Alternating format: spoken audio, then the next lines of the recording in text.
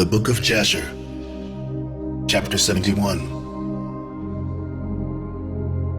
And when Moses was 18 years old, he desired to see his father and mother, and he went to them to Goshen. And when Moses had come near Goshen, he came to the place where the children of Israel were engaged in work. And he observed their burdens, and he saw an Egyptian smiting one of his Hebrew brethren. And when the man who was beaten saw Moses, he ran to him for help. For the man Moses was greatly respected in the house of Pharaoh. And he said to him, "My lord, attend to me. This Egyptian came to my house in the night, bound me, and came to my wife in my presence, and now he seeks to take my life away." And when Moses heard this wicked thing, his anger was kindled against the Egyptian, and he turned this way and the other. And when he saw there was no man there, he smote the Egyptian and hid him in the sand, and delivered the Hebrew from the hand of him that smote him. And the Hebrew went to his house, and Moses returned to his home, and went forth and came back to the king's house. And when the man had returned home, he thought of repudiating his wife, for it was not right in the house of Jacob for any man to come to his wife after she had been defiled.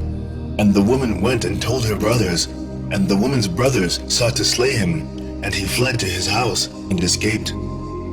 And on the second day Moses went forth to his brethren, and saw, and behold, two men were quarreling. And he said to the wicked one, "Why dost thou smite thy neighbor?"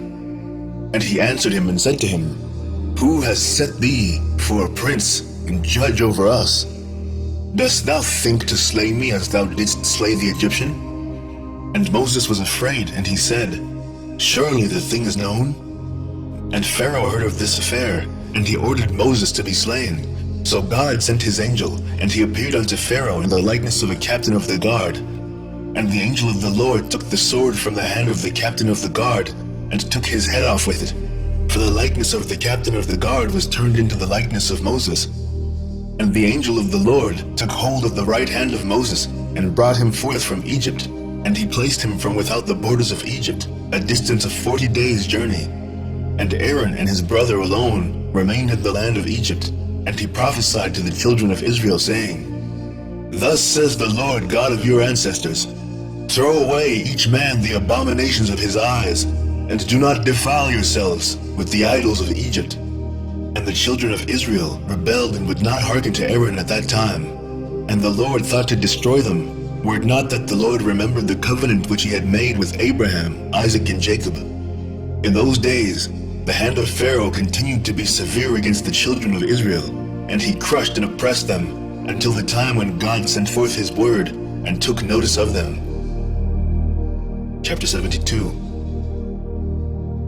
And it was in those days that there was a great war between the children of Cush and the children of the east and Aram, and they rebelled against the king of Cush, in whose hands they were.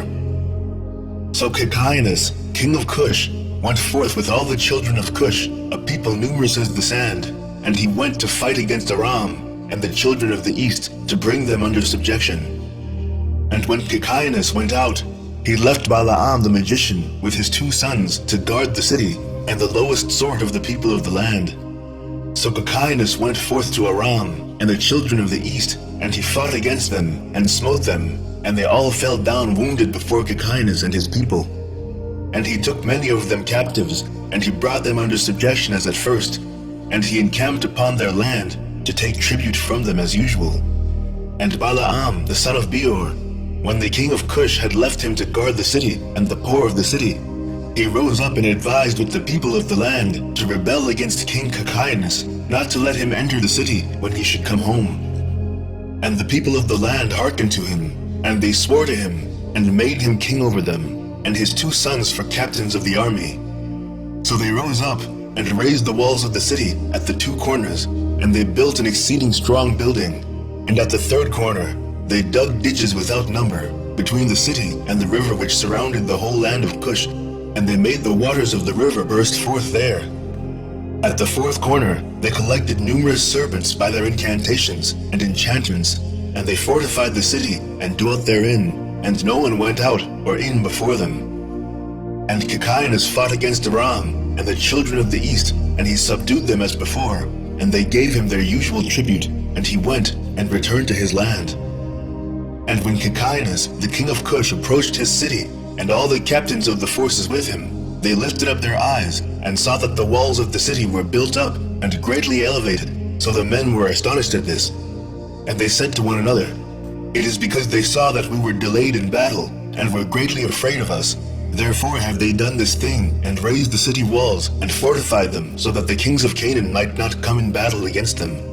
So the king and the troops approached the city door, and they looked up, and behold, all the gates of the city were closed. And they called out to the sentinels, saying, "Open unto us, that we may enter the city." But the sentinels refused to open to them. By the order of Balaam the magician, their king, they suffered them not to enter their city. So they raised a battle with them opposite the city gate, and 130 men of the army at Cacainus fell on that day. And on the next day they continued to fight, and they fought at the side of the river. They endeavored to pass, but were not able, so some of them sank in the pits and died. So the king ordered them to cut down trees to make rafts upon which they might pass to them, and they did so. And when they came to the place of the ditches, the waters revolved by mills, and 200 men upon 10 rafts were drowned. And on the third day they came to fight at the side where the serpents were, but they could not approach there, for the serpents slew of them 170 men. And they ceased fighting against Cush, and they besieged Cush for 9 years. No person came out or in. At that time that the war and the siege were against Cush, Moses fled from Egypt, from Pharaoh, who sought to kill him for having slain the Egyptian. And Moses was 18 years old when he fled from Egypt, from the presence of Pharaoh. And he fled and escaped to the camp of Cacainus, which at the time was besieging Cush. And Moses was 9 years in the camp of Cacainus, king of Cush, all the time that they were besieging Cush. And Moses went out and came in with them. And the king and princes and all the fighting men loved Moses, for he was great and worthy. His stature was like a noble lion. His face was like the sun, and his strength was that of a lion, and he was a counselor to the king. And at the end of 9 years, Cacainus was seized with a mortal disease, and his illness prevailed over him, and he died on the 7th day. So his servants embalmed him, and carried him, and buried him opposite the city gate, to the north of the land of Egypt. And they built over him an elegant, strong, and high building, and they placed great stones below. And the king's scribes engraved upon those stones all the might of their king Cacainus, and all his battles which he had fought. Behold, they are written there at this day. Now after the death of Cacainus, king of Cush, it grieved his men and troops greatly on account of the war. So they said one to the other, "Give us counsel, what we are to do at this time, as we have resided in the wilderness 9 years away from our homes. If we say we will fight against the city, many of us will fall wounded or killed, and if we remain here in the siege, we shall also die. For now all the kings of Aram and of the children of the east will hear that our king is dead, and they will attack us suddenly in a hostile manner, and they will fight against us and leave no remnant of us.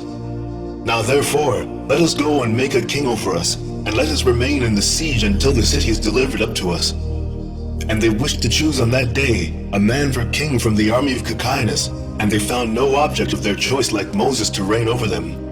And they hastened, and stripped off each man his garments, and cast them upon the ground, and they made a great heap, and placed Moses thereon. And they rose up, and blew with trumpets, and called out before him, and said, "May the king live! May the king live!" And all the people and nobles swore unto him to give him for a wife Adoniah the queen, the Cushite, wife of Cacainus, and they made Moses king over them on that day. And all the people of Cush issued a proclamation on that day, saying, "Every man must give something to Moses of what is in his possession." And they spread out his sheet upon the heap, and every man cast into it something of what he had, one a gold earring, and the other a coin. Also of onyx stones, bdellium, pearls, and marble did the children of Cush cast unto Moses upon the heap, also silver and gold in great abundance. And Moses took all the silver and gold, all the vessels, and the bdellium and onyx stones, which all the children of Cush had given to him, and he placed them amongst his treasures. And Moses reigned over the children of Cush on that day, in the place of Cacainus, king of Cush. Chapter 73. In the 55th year of the reign of Pharaoh, king of Egypt, that is in the 157th year of the Israelites going down into Egypt, reigned Moses in Cush. Moses was 27 years old when he began to reign over Cush, and 40 years did he reign. And the Lord granted Moses favor and grace in the eyes of all the children of Cush, and the children of Cush loved him exceedingly. So Moses was favored by the Lord and by men. And in the 7th day of his reign, all the children of Cush assembled and came before Moses and bowed down to him to the ground. And all the children spoke together in the presence of the king, saying, "Give us counsel, that we may see what is to be done to this city. For it is now 9 years that we have been besieging round about the city, and have not seen our children and wives." So the king answered them, saying, "If you will hearken to my voice, in all that I shall command you, then will the Lord give the city into our hands, and we shall subdue it. For if we fight with them, as in the former battle which we had with them before the death of Cachinas, many of us will fall down wounded as before. Now therefore, behold, here is counsel for you in this matter. If you will hearken to my voice, then will the city be delivered into our hands." So all the forces answered the king, saying, "All that our Lord shall command, that we will do." And Moses said unto them, "Pass through and proclaim a voice in the whole camp unto all the people, saying, Thus says the king, Go into the forest, and bring with you of the young ones of the stork, each man a young one in his hand. And any person transgressing the word of the king, who shall not bring his young one, he shall die, and the king will take all belonging to him. And when you shall bring them, they shall be in your keeping. You shall rear them until they grow up, and you shall teach them to dart upon, as is the way of the young ones of the hawk." So all the children of Cush heard the words of Moses, and they rose up and caused a proclamation to be issued throughout the camp, saying, "Unto you, all the children of Cush, the king's order is that you go all together to the forest, and catch there the young storks, each man his young one in his hand, and you shall bring them home. And any person violating the order of the king shall die, and the king will take all that belongs to him." And all the people did so. And they went out to the wood, and they climbed the fir trees, and caught, each man a young one in his hand, all the young of the storks, and they brought them into the desert, and reared them by order of the king, and they taught them to dart upon, similar to the young hawks. And after the young storks were reared, the king ordered them to be hungered for 3 days, and all the people did so. And on the 3rd day the king said unto them, "Strengthen yourselves, and become valiant men, and put on each man his armor, and gird on his sword upon him, and ride each man his horse, and take each his young stork in his hand. And we will rise up, and fight against the city at the place where the serpents are." And all the people did as the king had ordered. And they took each man his young one in his hand, and they went away. And when they came to the place of the serpents, the king said to them, "Send forth each man his young stork upon the serpents." And they sent forth each man his young stork at the king's order. And the young storks ran upon the serpents, and they devoured them all, and destroyed them out of that place. And when the king and people had seen that all the serpents were destroyed in that place, all the people set up a great shout. And they approached and fought against the city, and took it, and subdued it, and they entered the city. And there died on that day 1,100 men of the people of the city, all that inhabited the city, but of the people besieging, not one died. So all the children of Cush went each to his home, to his wife and children, and to all belonging to him. And Balaam the magician, when he saw that the city was taken, he opened the gate.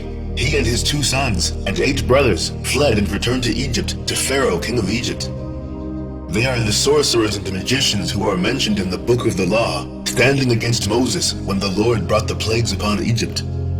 So Moses took the city by his wisdom, and the children of Cush placed him on the throne instead of Cachinas, king of Cush. And they placed the royal crown upon his head, and they gave him for a wife Adoniah, the Cushite queen, wife of Cachinas. And Moses feared the Lord God of his fathers, so that he came not to her, nor did he turn his eyes to her. For Moses remembered how Abraham had made his servant Eleazar swear, saying unto him, "Thou shalt not take a woman from the daughters of Canaan for my son Isaac." Also what Isaac did when Jacob had fled from his brother, when he commanded him, saying, Thou shalt not take a wife from the daughters of Canaan, nor make alliance with any of the children of Ham. For the Lord our God gave Ham the son of Noah, and his children, and all his seed, as slaves to the children of Shem, and to the children of Japheth, and unto their seed after them, for slaves forever. Therefore Moses turned not his heart, nor his eyes to the wife of Cachinas, all the days that he reigned over Cush. And Moses feared the Lord his God all his life, and Moses walked before the Lord in truth, with all his heart and soul. He turned not from the right way all the days of his life. He declined not from the way either to the right or to the left, in which Abraham, Isaac, and Jacob had walked. And Moses strengthened himself in the kingdom of the children of Cush, and he guided the children of Cush with his usual wisdom, and Moses prospered in his kingdom. And at that time, Aram and the children of the east heard that Cachinas, king of Cush, had died. So Aram and the children of the east rebelled against Cush in those days. And Moses gathered all the children of Cush, a people very mighty, about 30,000 men, and he went forth to fight with Aram and the children of the east. And they went at first to the children of the east, and when the children of the east heard their report, they went to meet him and engaged in battle with them. And the war was very severe against the children of the east. So the Lord gave all the children of the east into the hands of Moses, and about 3,000 men fell down slain. And all the children of the east turned back and retreated. So Moses and the children of Cush followed them, and subdued them, and put a tax upon them, as was their custom. So Moses and all the people with him passed from there to the land of Aram for battle. And the people of Aram also went to meet him, and they fought against them. And the Lord delivered them into the hand of Moses, and many of the men of Aram fell down wounded. And Aram also were subdued by Moses and the people of Cush, and also gave their usual tax. And Moses brought Aram and the children of the east under subjection to the children of Cush. And Moses and all the people who were with him turned to the land of Cush. And Moses strengthened himself in the kingdom of the children of Cush, and the Lord was with him, and all the children of Cush were afraid of him. Chapter 74. In the end of years died Saul, king of Edom, and Baal-Canaan, the son of Achbor, reigned in his place. In the 16th year of the reign of Moses over Cush, Baal-Canaan, the son of Achbor, reigned in the land of Edom over all the children of Edom for 38 years. In his days, Moab rebelled against the power of Edom, having been under Edom since the days of Hadad the son of Bedad, who smote them at Midian, and brought Moab under subjection to Edom. And when Baal-Canaan, the son of Achbor, reigned over Edom, all the children of Moab withdrew their allegiance from Edom. And Angeas, king of Africa, died in those days, and Asdrubal, his son, reigned in his stead. And in those days died Janeas, king of the children of Kittim, and they buried him in his temple, which he had built for himself in the plain of Canopia, for a residence, and Latinus reigned in his stead. In the 22nd year of the reign of Moses over the children of Cush, Latinus reigned over the children of Kittim 45 years. And he also built for himself a great and mighty tower, and he built therein an elegant temple for his residence to conduct his government, as was the custom. In the 3rd year of his reign, he caused a proclamation to be made to all his skillful men, who made many ships for him. And Latinus assembled all his forces, and they came in ships, and went therein to fight with Asdrubal, son of Angeas, king of Africa. And they came to Africa, and engaged in battle with Asdrubal and his army. And Latinus prevailed over Asdrubal, and Latinus took from Asdrubal the aqueduct, which his father had brought from the children of Kittim, when he took Janiah, the daughter of Uzi, for a wife.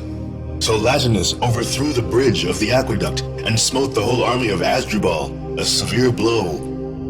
And the remaining strong men of Asdrubal strengthened themselves, and their hearts were filled with envy, and they courted death, and again engaged in battle with Latinus, king of Kittim. And the battle was severe upon all the men of Africa, and they all fell wounded before Latinus and his people, and Asdrubal the king also fell in that battle. And the king, Asdrubal, had a very beautiful daughter, whose name was Ushpezina, and all the men of Africa embroidered her likeness on their garments on account of her great beauty and comely appearance. And the men of Latinus saw Ushpezina, the daughter of Asdrubal, and praised her unto Latinus their king. And Latinus ordered her to be brought to him, and Latinus took Euspazina for a wife, and he turned back on his way to Kittim.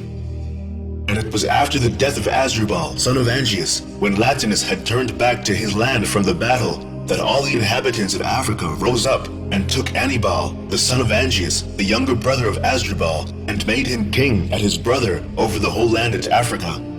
And when he reigned, he resolved to go to Kittim to fight with the children of Kittim, to avenge the cause of Asdrubal his brother, and the cause of the inhabitants of Africa, and he did so. And he made many ships, and he came therein with his whole army, and he went to Kittim. So Anibal fought with the children of Kittim, and the children of Kittim fell wounded before Anibal and his army, and Anibal avenged his brother's cause. And Anibal continued the war for 18 years with the children of Kittim, and Anibal dwelt in the land of Kittim, and encamped there for a long time. And Anibal smote the children of Kittim very severely, and he slew their great men and princes, and of the rest of the people he smote about 80,000 men. And at the end of days and years, Anibal returned to his land of Africa, and he reigned securely in the place of Asdrubal his brother. Chapter 75. At that time, in the 118th year of the Israelites going down into Egypt, there went forth from Egypt valiant men, 30,000 on foot, from the children of Israel, who were all of the tribe of Joseph, of the children of Ephraim, the son of Joseph. For they said the period was completed which the Lord had appointed to the children of Israel in the times of old, which he had spoken to Abraham. And these men girded themselves, and they put each man his sword at his side, and every man his armor upon him, and they trusted to their strength, and they went out together from Egypt with a mighty hand. But they brought no provision for the road, only silver and gold, not even bread for that day did they bring in their hands, for they thought of getting their provision for pay from the Philistines, and if not, they would take it by force. And these men were very mighty and valiant men. One man could pursue 1,000, and two could rout 10,000, so they trusted to their strength, and went together as they were. And they directed their course toward the land of Gath, and they went down and found the shepherds of Gath feeding the cattle of the children of Gath. And they said to the shepherds, "Give us some of the sheep for pay, that we may eat, for we are hungry, for we have eaten no bread this day." And the shepherds said, "Are they our sheep or cattle, that we should give them to you even for pay?" So the children of Ephraim approached to take them by force. And the shepherds of Gath shouted over them that their cry was heard at a distance, so all the children of Gath went out to them. And when the children of Gath saw the evil doings of the children of Ephraim, they returned and assembled the men of Gath, and they put on each man his armor, and came forth to the children of Ephraim for battle. And they engaged with them in the valley of Gath, and the battle was severe, and they smote from each other a great many on that day. And on the second day, the children of Gath sent to all the cities of the Philistines that they should come to their help, saying, "Come up unto us, and help us, that we may smite the children of Ephraim, who have come forth from Egypt to take our cattle, and to fight against us without cause." Now the souls of the children of Ephraim were exhausted with hunger and thirst, for they had eaten no bread for 3 days, and 40,000 men went forth from the cities of the Philistines to the assistance of the men of Gath. And these men were engaged in battle with the children of Ephraim, and the Lord delivered the children of Ephraim into the hands of the Philistines. And they smote all the children of Ephraim, all who had gone forth from Egypt, none were remaining but 10 men who had run away from the engagement. For this evil was from the Lord against the children of Ephraim, for they transgressed the word of the Lord in going forth from Egypt before the period had arrived which the Lord in the days of old had appointed to Israel. And of the Philistines also there fell a great many, about 20,000 men, and their brethren carried them and buried them in their cities. And the slain of the children of Ephraim remained forsaken in the valley of Gath for many days and years, and were not brought to burial, and the valley was filled with men's bones. And the men who had escaped from the battle came to Egypt, and told all the children of Israel all that had befallen them. And their father Ephraim mourned over them for many days, and his brethren came to console him. And he came unto his wife, and she bare a son, and he called his name Beriah, for she was unfortunate in his house. Chapter 76. And Moses, the son of Amram, was still king in the land of Cush in those days, and he prospered in his kingdom. and he conducted the government of the children of Cush in justice, in righteousness, and integrity. And all the children of Cush loved Moses all the days that he reigned over them, and all the inhabitants of the land of Cush were greatly afraid of him.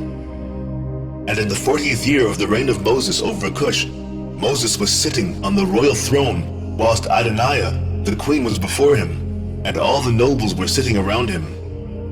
And Adoniah, the queen, said before the king and the princes, "What is this thing which you, the children of Cush, have done for this long time? Surely you know that for 40 years that this man has reigned over Cush, he has not approached me, nor has he served the gods of the children of Cush. Now therefore hear, O ye children of Cush, and let this man no more reign over you, as he is not of our flesh. Behold, Menacrus my son is grown up. Let him reign over you, for it is better for you to serve the son of your Lord than to serve a stranger, the slave of the king of Egypt." And all the people and nobles of the children of Cush heard the words which Adoniah the queen had spoken in their ears. And all the people were preparing until the evening, and in the morning they rose up early and made Menacrus, son of Cachinas, king over them. And all the children of Cush were afraid to stretch forth their hand against Moses, for the Lord was with Moses. And the children of Cush remembered the oath which they swore unto Moses, therefore they did no harm to him. But the children of Cush gave many presents to Moses, and sent him from them with great honor. So Moses went forth from the land of Cush, and went home, and ceased to reign over Cush. And Moses was 66 years old when he went out of the land of Cush. For the thing was from the Lord, for the period had arrived which he had appointed in the days of old, to bring forth Israel from the affliction of the children of Ham. So Moses went to Midian, for he was afraid to return to Egypt on account of Pharaoh. And he went and sat at a well of water in Midian. And the 7 daughters of Reuel the Midianite went out to feed their father's flock. And they came to the well, and drew water to water their father's flock. So the shepherds of Midian came and drove them away, and Moses rose up and helped them, and watered the flock. And they came home to their father Reuel, and told him what Moses did for them. And they said, "An Egyptian man has delivered us from the hands of the shepherds. He drew up water for us, and watered the flock." And Reuel said to his daughters, "And where is he? Wherefore have you left the man?" And Reuel sent for him, and fetched him, and brought him home, and he ate bread with him. And Moses related to Reuel that he had fled from Egypt, and that he reigned 40 years over Cush, and that they afterward had taken the government from him, and had sent him away in peace, with honor and with presents. And when Reuel had heard the words of Moses, Reuel said within himself, "I will put this man into the prison house, whereby I shall conciliate the children of Cush, for he has fled from them." And they took and put him into the prison house, and Moses was in prison 10 years. And whilst Moses was in the prison house, Zipporah, the daughter of Reuel, took pity over him, and supported him with bread and water all the time. And all the children of Israel were yet in the land of Egypt, serving the Egyptians in all manner of hard work. And the hand of Egypt continued in severity over the children of Israel in those days. At that time, the Lord smote Pharaoh, king of Egypt, and he afflicted with the plague of leprosy from the sole of his foot to the crown of his head. Owing to the cruel treatment of the children of Israel was this plague at that time from the Lord upon Pharaoh, king of Egypt. For the Lord had hearkened to the prayer of his people, the children of Israel, and their cry reached him on account of their hard work. Still his anger did not turn from them, and the hand of Pharaoh was still stretched out against the children of Israel. And Pharaoh hardened his neck before the Lord, and he increased his yoke over the children of Israel, and embittered their lives with all manner of hard work. And when the Lord had inflicted the plague upon Pharaoh, king of Egypt, he asked his wise men and sorcerers to cure him. And his wise men and sorcerers said unto him, that if the blood of little children were put into the wounds, he would be healed. And Pharaoh hearkened to them, and sent his ministers to Goshen, to the children of Israel, to take their little children. And Pharaoh's ministers went and took the infants of the children of Israel from the bosoms of their mothers by force, and they brought them to Pharaoh daily, a child each day, and the physicians killed them, and applied them to the plague. Thus did they all the days. And the number of the children which Pharaoh slew was 375. But the Lord hearkened not to the physicians of the king of Egypt, and the plague went on increasing mightily. And Pharaoh was 10 years afflicted with that plague. Still the heart of Pharaoh was more hardened against the children of Israel. And at the end of 10 years, the Lord continued to afflict Pharaoh with destructive plagues, and the Lord smote him with a bad tumor and sickness at the stomach, and that plague turned into a severe boil. At that time, the two ministers of Pharaoh came from the land of Goshen, where all the children of Israel were, and went to the house of Pharaoh and said to him, "We have seen the children of Israel slacken in their work and negligent in their labor." And when Pharaoh heard the words of his ministers, his anger was kindled against the children of Israel exceedingly, for he was greatly grieved at his bodily pain. And he answered and said, "Now that the children of Israel know that I am ill, they turn and scoff at us. Now therefore, harness my chariot for me, and I will betake myself to Goshen, and will see the scoff of the children of Israel with which they are deriding me." So his servants harnessed the chariot for him. And they took and made him ride upon a horse, for he was not able to ride it himself. And he took with him 10 horsemen and 10 footmen, and went to the children of Israel to Goshen. And when they had come to the border of Egypt, the king's horse passed into a narrow place elevated in the hollow part of the vineyard, fenced on both sides, the low plain country being on the other side. And the horses ran rapidly in that place and pressed each other, and the other horses pressed the king's horse. And the king's horse fell into the low plain, whilst the king was riding upon it. And when he fell, the chariot turned over the king's face, and the horse laid upon the king. And the king cried out, for his flesh was very sore. And the flesh of the king was torn from him, and his bones were broken, and he could not ride. For this thing was from the Lord to him. For the Lord had heard the cries of his people, the children of Israel, and their affliction. And his servants carried him upon their shoulders, a little at a time. And they brought him back to Egypt, and the horsemen who were with him came also back to Egypt. And they placed him in his bed, and the king knew that his end was come to die. So Aparanith, the queen his wife, came and cried before the king, and the king wept a great weeping with her.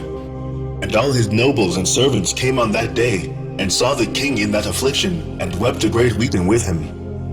And the princes of the king, and all his counselors, advised the king to cause one to reign in his stead in the land, whomsoever he should choose from his sons. And the king had 3 sons and 2 daughters, which Aparanith the queen his wife had borne to him, besides the king's children of concubines. And these were their names: the firstborn, Othrai; the second, Adikam; the third, Orion; and their sisters, the name of the elder, Bethiah, and of the other, Achazai. And Othrai, the firstborn of the king, was an idiot, precipitate, and hurried in his words. But Adikam was a cunning and wise man, and knowing in all the wisdom of Egypt, but of unseemly aspect, thick in flesh, and very short in stature. His height was 1 cubit. And when the king saw Adikam his son intelligent and wise in all things, the king resolved that he should be king in his stead after his death. And he took for him a wife, Gadidah, daughter of Abilat, and he was 10 years old, and she bare unto him 4 sons. And he afterward went and took 3 wives, and begat 8 sons and 3 daughters. And the disorder greatly prevailed over the king, and his flesh stank like the flesh of a carcass cast upon the field in summertime, during the heat of the sun.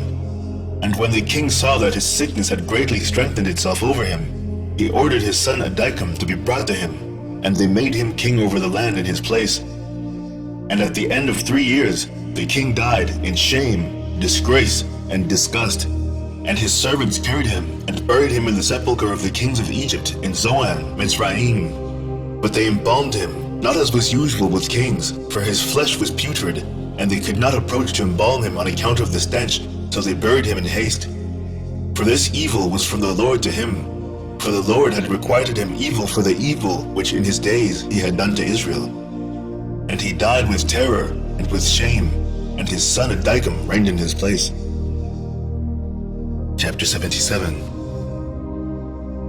Adikam was 20 years old when he reigned over Egypt. He reigned 4 years. In the 206th year of Israel's going down to Egypt did Adikam reign over Egypt. But he continued not so long in his reign over Egypt as his fathers had continued their reigns. For Malal, his father, reigned 94 years in Egypt, but he was 10 years sick, and died, for he had been wicked before the Lord. And all the Egyptians called the name of Adikam Pharaoh, like the name of his fathers, as was their custom to do in Egypt. And all the wise men of Pharaoh called the name of Adikam Ahaz, for short is called Ahaz in the Egyptian language. And Adikam was exceedingly ugly. He was a cubit and a span, and he had a great beard which reached to the soles of his feet. And Pharaoh sat upon his father's throne to reign over Egypt, and he conducted the government of Egypt in his wisdom. And whilst he reigned, he exceeded his father and all the preceding kings in wickedness, and he increased his yoke over the children of Israel. And he went with his servants to Goshen to the children of Israel, and he strengthened the labor over them, and he said unto them, Complete your work, each day's task, and let not your hands slacken from our work from this day forward as you did in the days of my father. And he placed officers over them from amongst the children of Israel, and over these officers he placed taskmasters from amongst his servants. And he placed over them a measure of bricks for them to do according to that number, day by day, and he turned back and went to Egypt.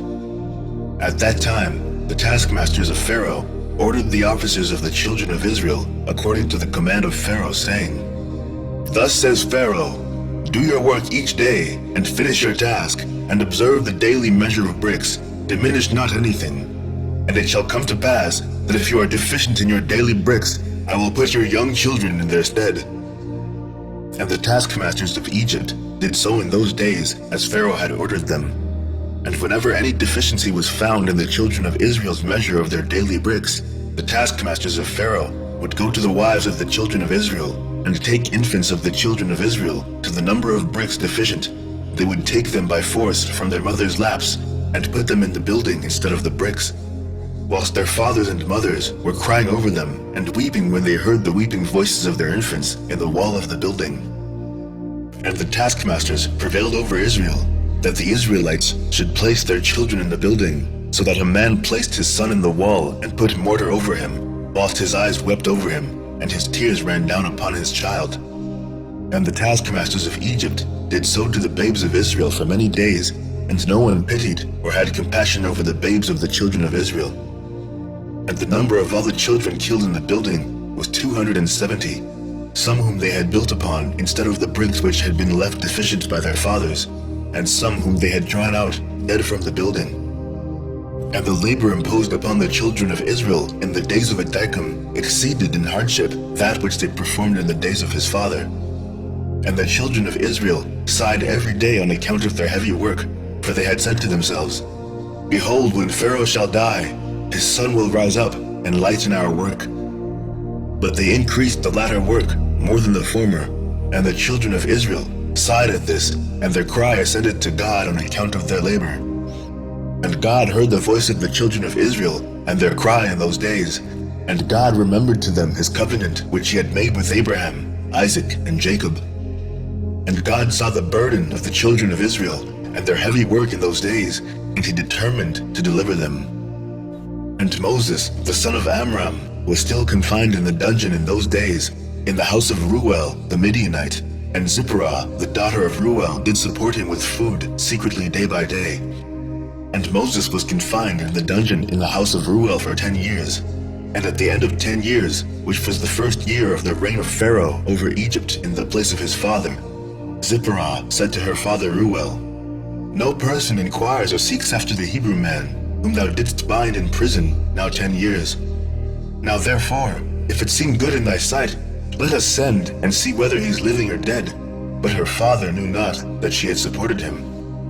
And Reuel her father answered and said to her, Has ever such a thing happened that a man should be shut up in a prison without food for 10 years, and that they should live?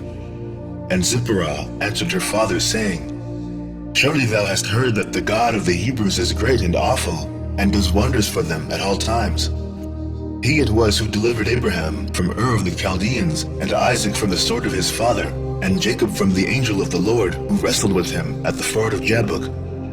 Also with this man has he done many things. He delivered him from the river in Egypt, and from the sword of Pharaoh, and from the children of Cush. So also can he deliver him from famine, and make him live. And the thing seemed good in the sight of Reuel, and he did according to the word of his daughter, and sent to the dungeon to ascertain what became of Moses. And he saw, and behold, the man Moses was living in the dungeon, standing upon his feet, praising and praying to the God of his ancestors. And Reuel commanded Moses be brought out of the dungeon. So they shaved him, and he changed his prison garments and ate bread. And afterward, Moses went into the garden of Reuel, which was behind the house, and he there prayed to the Lord his God, who had done mighty wonders for him. And it was that whilst he prayed, he looked opposite to him, and behold, a sapphire stick was placed in the ground, which was planted in the midst of the garden. And he approached the stick, and he looked, and behold, the name of the Lord God of hosts was engraved thereon, written and developed upon the stick. And he read it, and stretched forth his hand, and he plucked it like a forest tree from the thicket, and the stick was in his hand. And this is the stick with which all the works of our God were performed, after he had created heaven and earth, and all the host of them, seas, rivers, and all their fishes. And when God had driven Adam from the Garden of Eden, he took the stick in his hand, and went and tilled the ground from which he was taken. And the stick came down to Noah, and was given to Shem and his descendants, until it came into the hand of Abraham the Hebrew. And when Abraham had given all he had to his son Isaac, he also gave to him this stick. And when Jacob fled to Padan Aram, he took it into his hand, and when he returned to his father, he had not left it behind him. Also when he went down to Egypt, he took it into his hand, and gave it to Joseph, one portion above his brethren, for Jacob had taken it by force from his brother Esau. And after the death of Joseph, the nobles of Egypt came into the house of Joseph, and the stick came into the hand of Reuel the Midianite. And when he went out of Egypt, he took it in his hand, and planted it in his garden. And all the mighty men of the Kenites tried to pluck it when they endeavored to get Zipporah his daughter, but they were unsuccessful. So that stick remained planted in the garden of Reuel, until he came who had a right to it, and took it. And when Reuel saw the stick in the hand of Moses, he wondered at it, and he gave him his daughter Zipporah for a wife. Chapter 78. At that time died Baal-Canaan, son of Akbor, king of Edom, and was buried in his house in the land of Edom. And after his death, the children of Esau sent to the land of Edom, and took from there a man who was in Edom, whose name was Hadad, and they made him king over them in the place of Baal-Canaan, their king. And Hadad reigned over the children of Edom 48 years. And when he reigned, he resolved to fight against the children of Moab, to bring them under the power of the children of Esau as they were before. But he was not able, because the children of Moab heard this thing, and they rose up and hastened to elect a king over them from amongst their brethren. And they afterward gathered together a great people, and sent to the children of Ammon, their brethren, for help to fight against Hadad, king of Edom. And Hadad heard the thing which the children of Moab had done, and was greatly afraid of them, and refrained from fighting against them. In those days Moses, the son of Amram, in Midian took Zipporah, the daughter of Reuel the Midianite, for a wife. And Zipporah walked in the ways of the daughters of Jacob. She was nothing short of the righteousness of Sarah, Rebekah, Rachel, and Leah. And Zipporah conceived and bare a son, and he called his name Gershom, for he said, I was a stranger in a foreign land. But he circumcised not his foreskin at the command of Reuel his father-in-law. And she conceived again, and bare a son, but circumcised his foreskin, and called his name Eleazar. For Moses said, Because the God of my fathers was my help, and delivered me from the sword of Pharaoh. And Pharaoh, king of Egypt, greatly increased the labor of the children of Israel in those days, and continued to make his yoke heavier upon the children of Israel. And he ordered a proclamation to be made in Egypt, saying, Give no more straw to the people to make bricks with. Let them go and gather themselves straw as they can find it. Also the tale of bricks which they shall make, let them give each day, and diminish nothing from them, for they are idle in their work. And the children of Israel heard this, and they mourned and sighed, and they cried unto the Lord on account of the bitterness of their souls. And the Lord heard the cries of the children of Israel, and saw the oppression with which the Egyptians oppressed them. And the Lord was jealous of his people and his inheritance, and heard their voice, and he resolved to take them out of the affliction of Egypt, to give them the land of Canaan for a possession. Chapter 79. And in those days Moses was feeding the flock of Reuel the Midianite, his father-in-law, beyond the wilderness of Sin. And the stick which he took from his father-in-law was in his hand. And it came to pass one day that a kid of goats strayed from the flock, and Moses pursued it, and it came to the mountain of God, to Horeb. And when he came to Horeb, the Lord appeared there unto him in the bush, and he found the bush burning with fire, but the fire had no power over the bush to consume it. And Moses was greatly astonished at this sight, wherefore the bush was not consumed. And he approached to see this mighty thing. And the Lord called unto Moses out of the fire, and commanded him to go down to Egypt, to Pharaoh king of Egypt, to send the children of Israel from his service. And the Lord said unto Moses, Go, return to Egypt, for all those men who sought thy life are dead. And thou shalt speak unto Pharaoh to send forth the children of Israel from his land.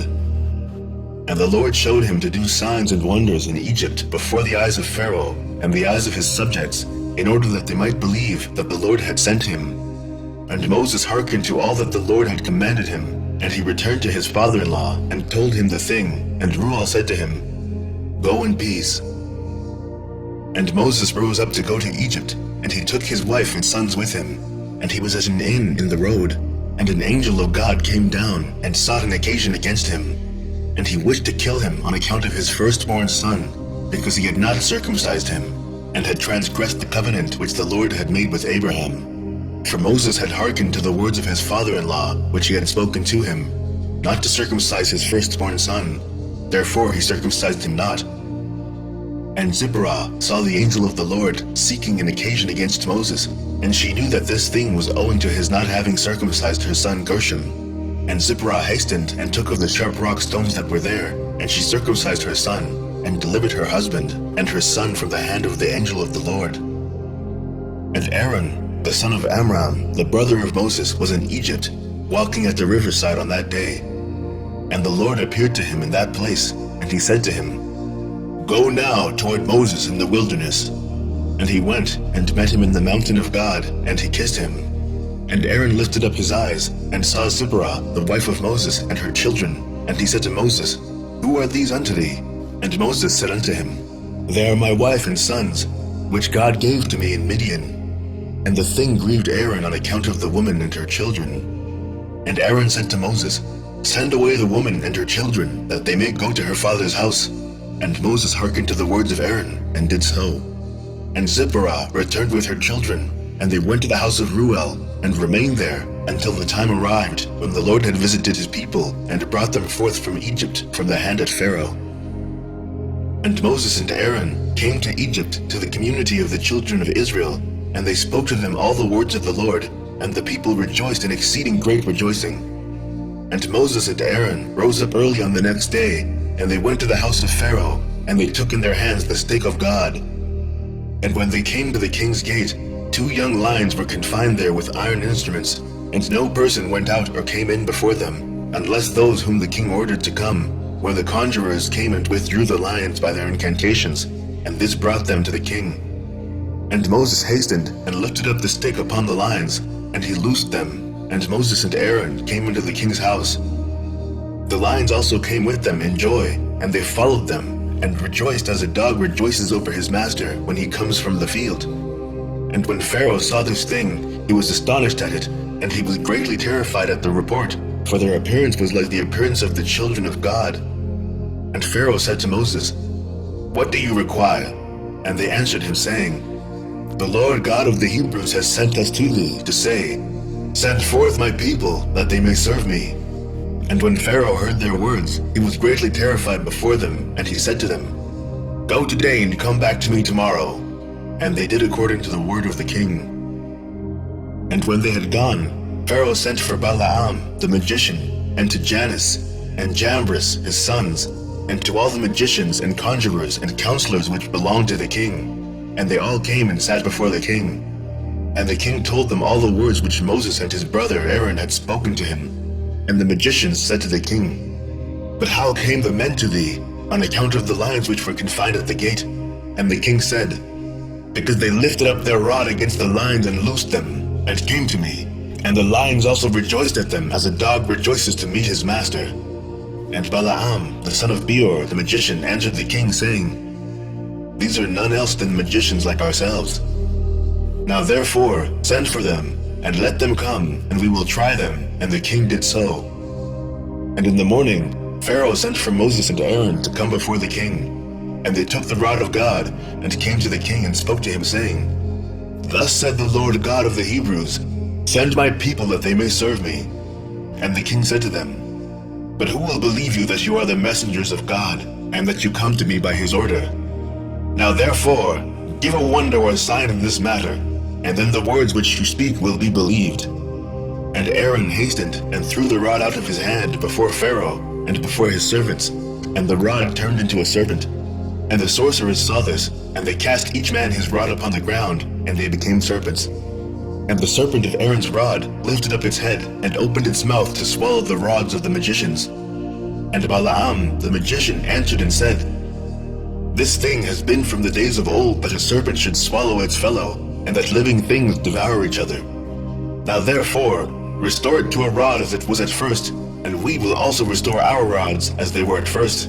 And if thy rod shall swallow our rods, then we shall know that the Spirit of God is in thee, and if not, thou art only an artificer, like unto ourselves. And Aaron hastened and stretched forth his hand, and caught hold of the serpent's tail, and it became a rod in his hand. And the sorcerers did the like with their rods, and they got hold, each man of the tail of his serpent, and they became rods as at first.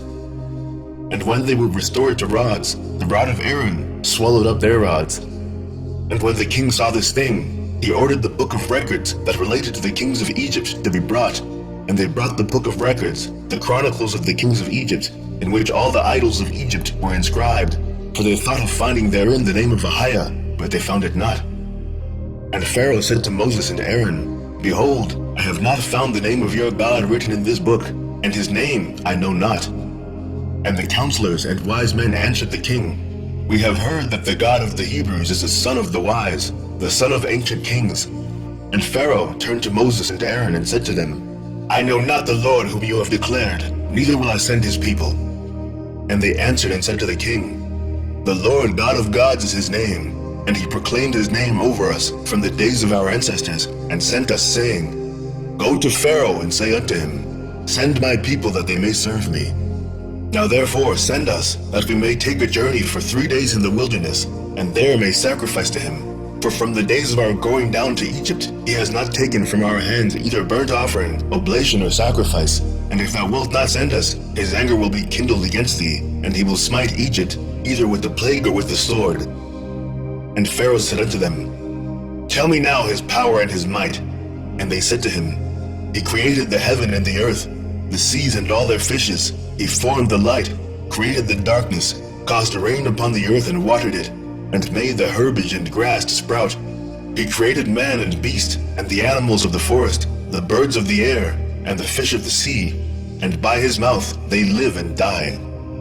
Surely he created thee in thy mother's womb, and put into thee the breath of life, and reared thee, and placed thee upon the royal throne of Egypt. And he will take thy breath and soul from thee, and return thee to the ground whence thou wast taken. And the anger of the king was kindled at their words, and he said to them, But who amongst all the gods of nations can do this? My river is mine own, and I have made it for myself. And he drove them from him, and he ordered the labor upon Israel to be more severe than it was yesterday and before. And Moses and Aaron went out from the king's presence, and they saw the children of Israel in an evil condition, for the taskmasters had made their labor exceedingly heavy. And Moses returned to the Lord and said, Why hast thou ill-treated thy people? For since I came to speak to Pharaoh, what thou didst send me for, he has exceedingly ill-used the children of Israel. And the Lord said to Moses, Behold, thou wilt see that with an outstretched hand and heavy plagues, Pharaoh will send the children of Israel from his land. And Moses and Aaron dwelt amongst their brethren, the children of Israel, in Egypt. And as for the children of Israel, the Egyptians embittered their lives with the heavy work which they imposed upon them. Chapter 80. And at the end of 2 years, the Lord again sent Moses to Pharaoh to bring forth the children of Israel, and to send them out of the land of Egypt. And Moses went and came to the house of Pharaoh, and he spoke to him the word of the Lord who had sent him. But Pharaoh would not hearken to the voice of the Lord. And God roused his might in Egypt upon Pharaoh and his subjects. And God smote Pharaoh and his people with very great and sore plagues. And the Lord sent by the hand of Aaron and turned all the waters of Egypt into blood, with all their streams and rivers. And when an Egyptian came to drink and draw water, he looked into his pitcher, and behold, all the water was turned into blood. And when he came to drink from his cup, the water in the cup became blood. And when a woman kneaded her dough and cooked her victuals, their appearance was turned to that of blood. And the Lord sent again, and caused all their waters to bring forth frogs, and all the frogs came into the houses of the Egyptians. And when the Egyptians drank, their bellies were filled with frogs, and they danced in their bellies as they dance when in the river. And all their drinking water and cooking water turned to frogs. Also when they lay in their beds, their perspiration bred frogs. Notwithstanding all this, the anger of the Lord did not turn from them, and his hand was stretched out against all the Egyptians, to smite them with every heavy plague. And he sent and smote their dust to lice, and the lice became in Egypt to the height of 2 cubits upon the earth. The lice were also very numerous in the flesh of man and beast. In all the inhabitants of Egypt, also upon the king and queen, the Lord sent the lice, and it grieved Egypt exceedingly on account of the lice. Notwithstanding this, the anger of the Lord did not turn away, and his hand was still stretched out over Egypt. And the Lord sent all kinds of beasts of the field into Egypt, and they came and destroyed all Egypt, man and beast, and trees, and all things that were in Egypt. And the Lord sent fiery serpents, scorpions, mice, weasels, toads, together with others, creeping in dust, flies, hornets, fleas, bugs and gnats, each swarm according to its kind. And all reptiles and winged animals, according to their kind, came to Egypt and grieved the Egyptians exceedingly. And the fleas and flies came into the eyes and ears of the Egyptians, and the hornet came upon them and drove them away, and they removed from it into their inner rooms, and it pursued them. And when the Egyptians hid themselves on account of the swarm of animals, they locked their doors after them, and God ordered the Sulamith, which was in the sea, to come up and go into Egypt. And she had long arms, 10 cubits in length, of the cubit of a man. And she went upon the roofs, and uncovered the raftering, and flooring, and cut them, and stretched forth her arm into the house, and removed the lock and the bolt, and opened the houses of Egypt. Afterward came the swarm of animals into the houses of Egypt, and the swarm of animals destroyed the Egyptians, and it grieved them exceedingly. Notwithstanding this, the anger of the Lord did not turn away from the Egyptians, and his hand was yet stretched forth against them. And God sent the pestilence, and the pestilence pervaded Egypt, in the horses and asses, and in the camels, in herds of oxen and sheep, and in man. And when the Egyptians rose up early in the morning to take their cattle to pasture, they found all their cattle dead. And there remained of the cattle of the Egyptians only 1 in 10, and of the cattle belonging to Israel in Goshen, not one died. And God sent a burning inflammation in the flesh of the Egyptians, which burst their skins, and it became a severe itch in all the Egyptians, from the soles of their feet to the crowns of their heads. And many boils were in their flesh, that their flesh wasted away, until they became rotten and putrid. Notwithstanding this, the anger of the Lord did not turn away, and his hand was still stretched out over all Egypt. And the Lord sent a very heavy hail, which smote their vines, and broke their fruit trees, and dried them up, that they fell upon them. Also every green herb became dry and perished, for a mingling fire descended amidst the hail. Therefore the hail and the fire consumed all things. Also men and beasts that were found abroad perished of the flames of fire and of the hail, and all the young lions were exhausted. And the Lord sent and brought numerous locusts into Egypt, the Chasel, Salom, Chargol, and Chagol, locusts, each of its kind, which devoured all that the hail had left remaining. Then the Egyptians rejoiced at the locusts, although they consumed the produce of the field, and they caught them in abundance, and salted them for food. And the Lord turned a mighty wind of the sea, which took away all the locusts, even those that were salted, and thrust them into the Red Sea. Not one locust remained within the boundaries of Egypt. And God sent darkness upon Egypt, that the whole land of Egypt and Pathros became dark for 3 days, so that a man could not see his hand, when he lifted it to his mouth. At that time died many of the people of Israel who had rebelled against the Lord, and who would not hearken to Moses and Aaron, and believed not in them that God had sent them, and who had said, "We will not go forth from Egypt, lest we perish with hunger in a desolate wilderness," and who would not hearken to the voice of Moses. And the Lord plagued them in the 3 days of darkness, and the Israelites buried them in those days, without the Egyptians knowing of them or rejoicing over them.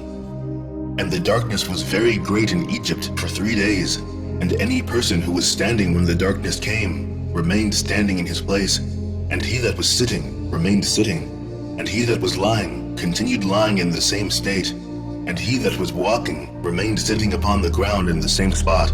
And this thing happened to all the Egyptians until the darkness had passed away. And the days of darkness passed away, and the Lord sent Moses and Aaron to the children of Israel, saying, "Celebrate your feast, and make your Passover, for behold, I come in the midst of the night amongst all the Egyptians, and I will smite all their firstborn, from the firstborn of a man to the firstborn of a beast, and when I see your Passover, I will pass over you." And the children of Israel did according to all that the Lord had commanded Moses and Aaron. Thus did they in that night. And it came to pass in the middle of the night that the Lord went forth in the midst of Egypt, and smote all the firstborn of the Egyptians, from the firstborn of man to the firstborn of beast. And Pharaoh rose up in the night, he and all his servants, and all the Egyptians, and there was a great cry throughout Egypt in that night, for there was not a house in which there was not a corpse. Also the likenesses of the firstborn of Egypt, which were carved in the walls of their houses, were destroyed and fell to the ground. Even the bones of their firstborn who had died before this, and whom they had buried in their houses, were raked up by the dogs of Egypt on that night, and dragged before the Egyptians, and cast before them. And all the Egyptians saw this evil which had suddenly come upon them, and all the Egyptians cried out with a loud voice. And all the families of Egypt wept upon that night, each man for his son, and each man for his daughter, being the firstborn, and the tumult of Egypt was heard at a distance on that night. And Bethiah, the daughter of Pharaoh, went forth with the king on that night to seek Moses and Aaron in their houses, and they found them in their houses, eating and drinking, and rejoicing with all Israel. And Bethiah said to Moses, "Is this the reward for the good which I have done to thee, who have reared thee and stretched thee out? And thou hast brought this evil upon me and my father's house?" And Moses said to her, "Surely 10 plagues did the Lord bring upon Egypt. Did any evil accrue to thee from any of them? Did one of them affect thee?" And she said, "No." And Moses said to her, "Although thou art the firstborn to thy mother, thou shalt not die, and no evil shall reach thee in the midst of Egypt." And she said, "What advantage is it to me when I see the king my brother and all his household and subjects in this evil, whose firstborn perish with all the firstborn of Egypt?"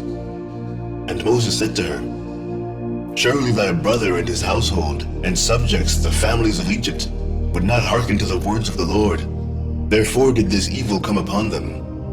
And Pharaoh, king of Egypt, approached Moses and Aaron, and some of the children of Israel who were with them in that place, and he prayed to them, saying, "Rise up and take your brethren, all the children of Israel who are in the land, with their sheep and oxen, and all belonging to them. They shall leave nothing remaining. Only pray for me to the Lord your God." And Moses said to Pharaoh, "Behold, thou art my mother's firstborn, yet fear not, for thou wilt not die. For the Lord has commanded that thou shalt live, in order to show thee his great might and strong stretched out arm." And Pharaoh ordered the children of Israel to be sent away, and all the Egyptians strengthened themselves to send them, for they said, "We are all perishing." And all the Egyptians sent the Israelites forth with great riches, sheep and oxen, and precious things, according to the oath of the Lord between him and our father Abraham. And the children of Israel delayed going forth at night, and when the Egyptians came to them to bring them out, they said to them, "Are we thieves that we should go forth at night?" And the children of Israel asked of the Egyptians vessels of silver and vessels of gold and garments and the children of Israel stripped the Egyptians. And Moses hastened and rose up and went to the river of Egypt, and brought up from thence the coffin of Joseph, and took it with him. The children of Israel also brought up each man his father's coffin with him, and each man the coffins of his tribe. Chapter 81. And the children of Israel journeyed from Ramesses to Succoth, about 600,000 men on foot, besides the little ones and their wives. Also a mixed multitude went up with them, and flocks and herds, even much cattle. And the sojourning of the children of Israel, who dwelt in the land of Egypt in hard labor, was 210 years. And at the end of 210 years, the Lord brought forth the children of Israel from Egypt with a strong hand. And the children of Israel traveled from Egypt, and from Goshen, and from Ramesses, and encamped in Succoth on the 15th day of the first month. And all the Egyptians buried all their firstborn, whom the Lord had smitten, and all the Egyptians buried their slain for 3 days. And the children of Israel traveled from Succoth, and encamped in Etham at the end of the wilderness. And on the 3rd day, after the Egyptians had buried their firstborn, many men rose up from Egypt, and went after Israel to make them return to Egypt, for they repented that they had sent the Israelites away from their servitude. And one man said to his neighbor, "Surely Moses and Aaron spoke to Pharaoh, saying, 'We will go a 3 days' journey in the wilderness, and sacrifice to the Lord our God.' Now therefore, let us rise up early in the morning, and cause them to return. And it shall be that if they return with us to Egypt, to their masters, then shall we know that there is faith in them. But if they will not return, then will we fight with them, and make them come back with great power and a strong hand." And all the nobles of Pharaoh rose up in the morning, and with them about 700,000 men. And they went forth from Egypt on that day, and came to the place where the children of Israel were. And all the Egyptians saw, and behold, Moses and Aaron, and all the children of Israel were sitting before Pi-hahiroth, eating and drinking, and celebrating the feast of the Lord. And all the Egyptians said to the children of Israel, "Surely you said, 'We will go a journey for 3 days in the wilderness, and sacrifice to our God, and return.' Now therefore, this day makes 5 days since you went. Why do you not return to your masters?" And Moses and Aaron answered them, saying, "Because the Lord our God has testified in us, saying, 'You shall no more return to Egypt, but we will betake ourselves to a land flowing with milk and honey, as the Lord our God had sworn to our ancestors to give us.'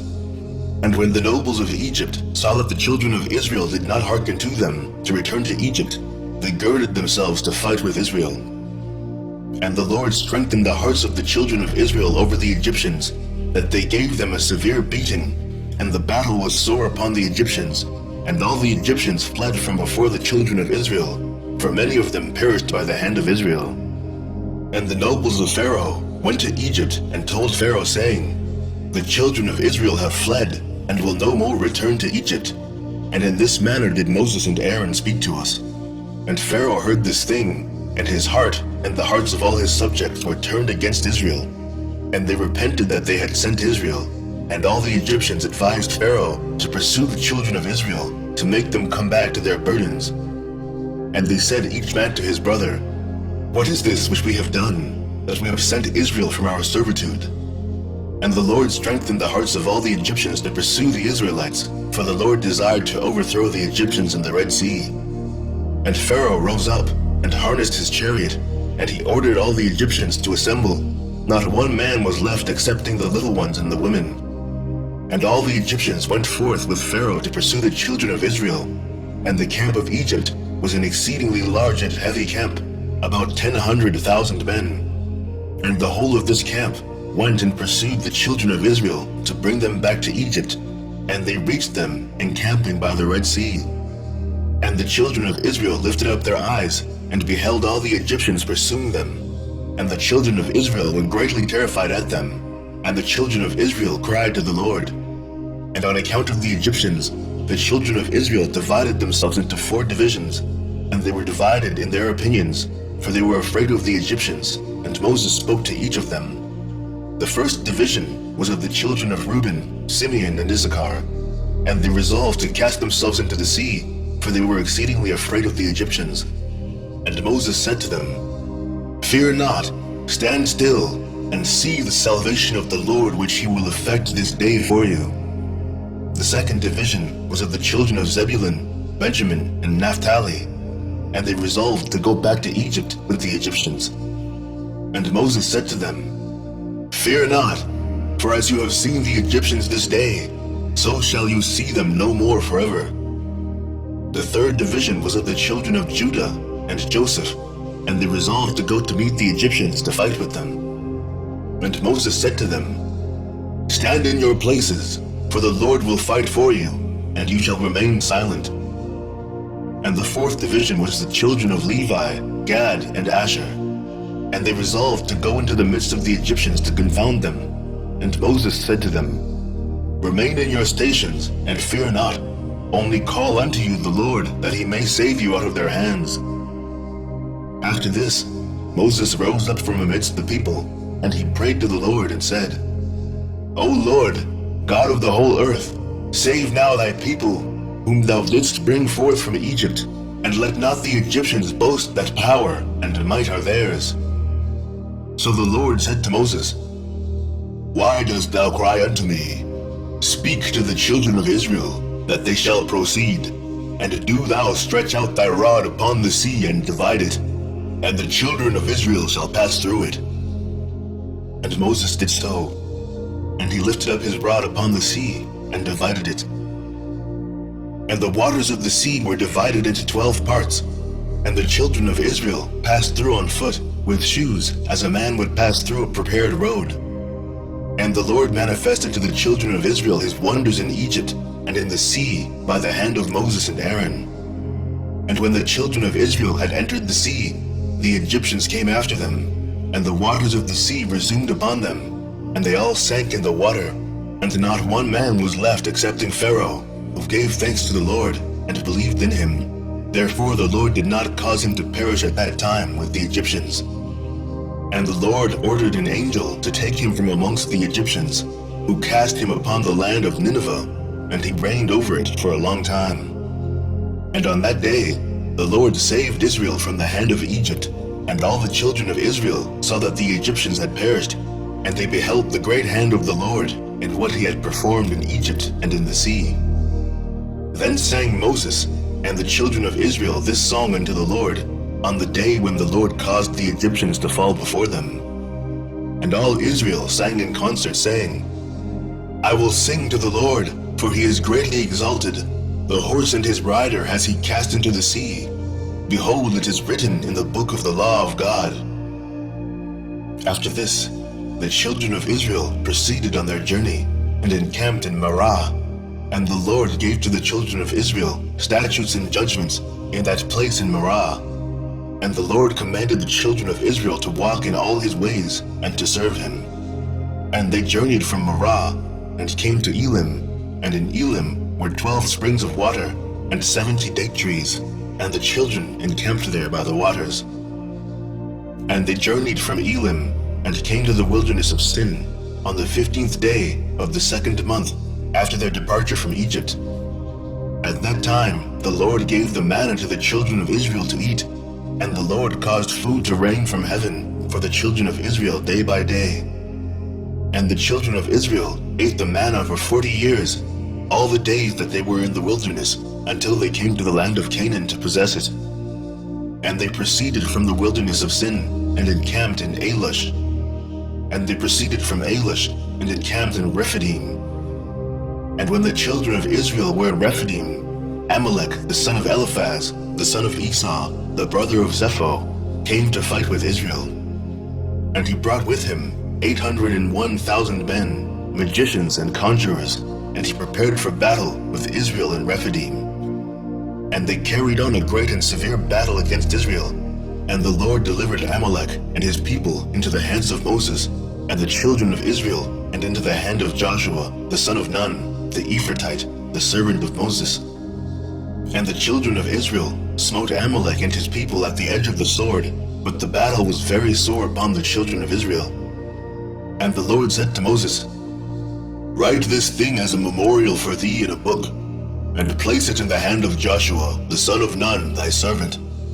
And thou shalt command the children of Israel, saying, When thou shalt come to the land of Canaan, thou shalt utterly efface the remembrance of Amalek from under heaven. And Moses did so.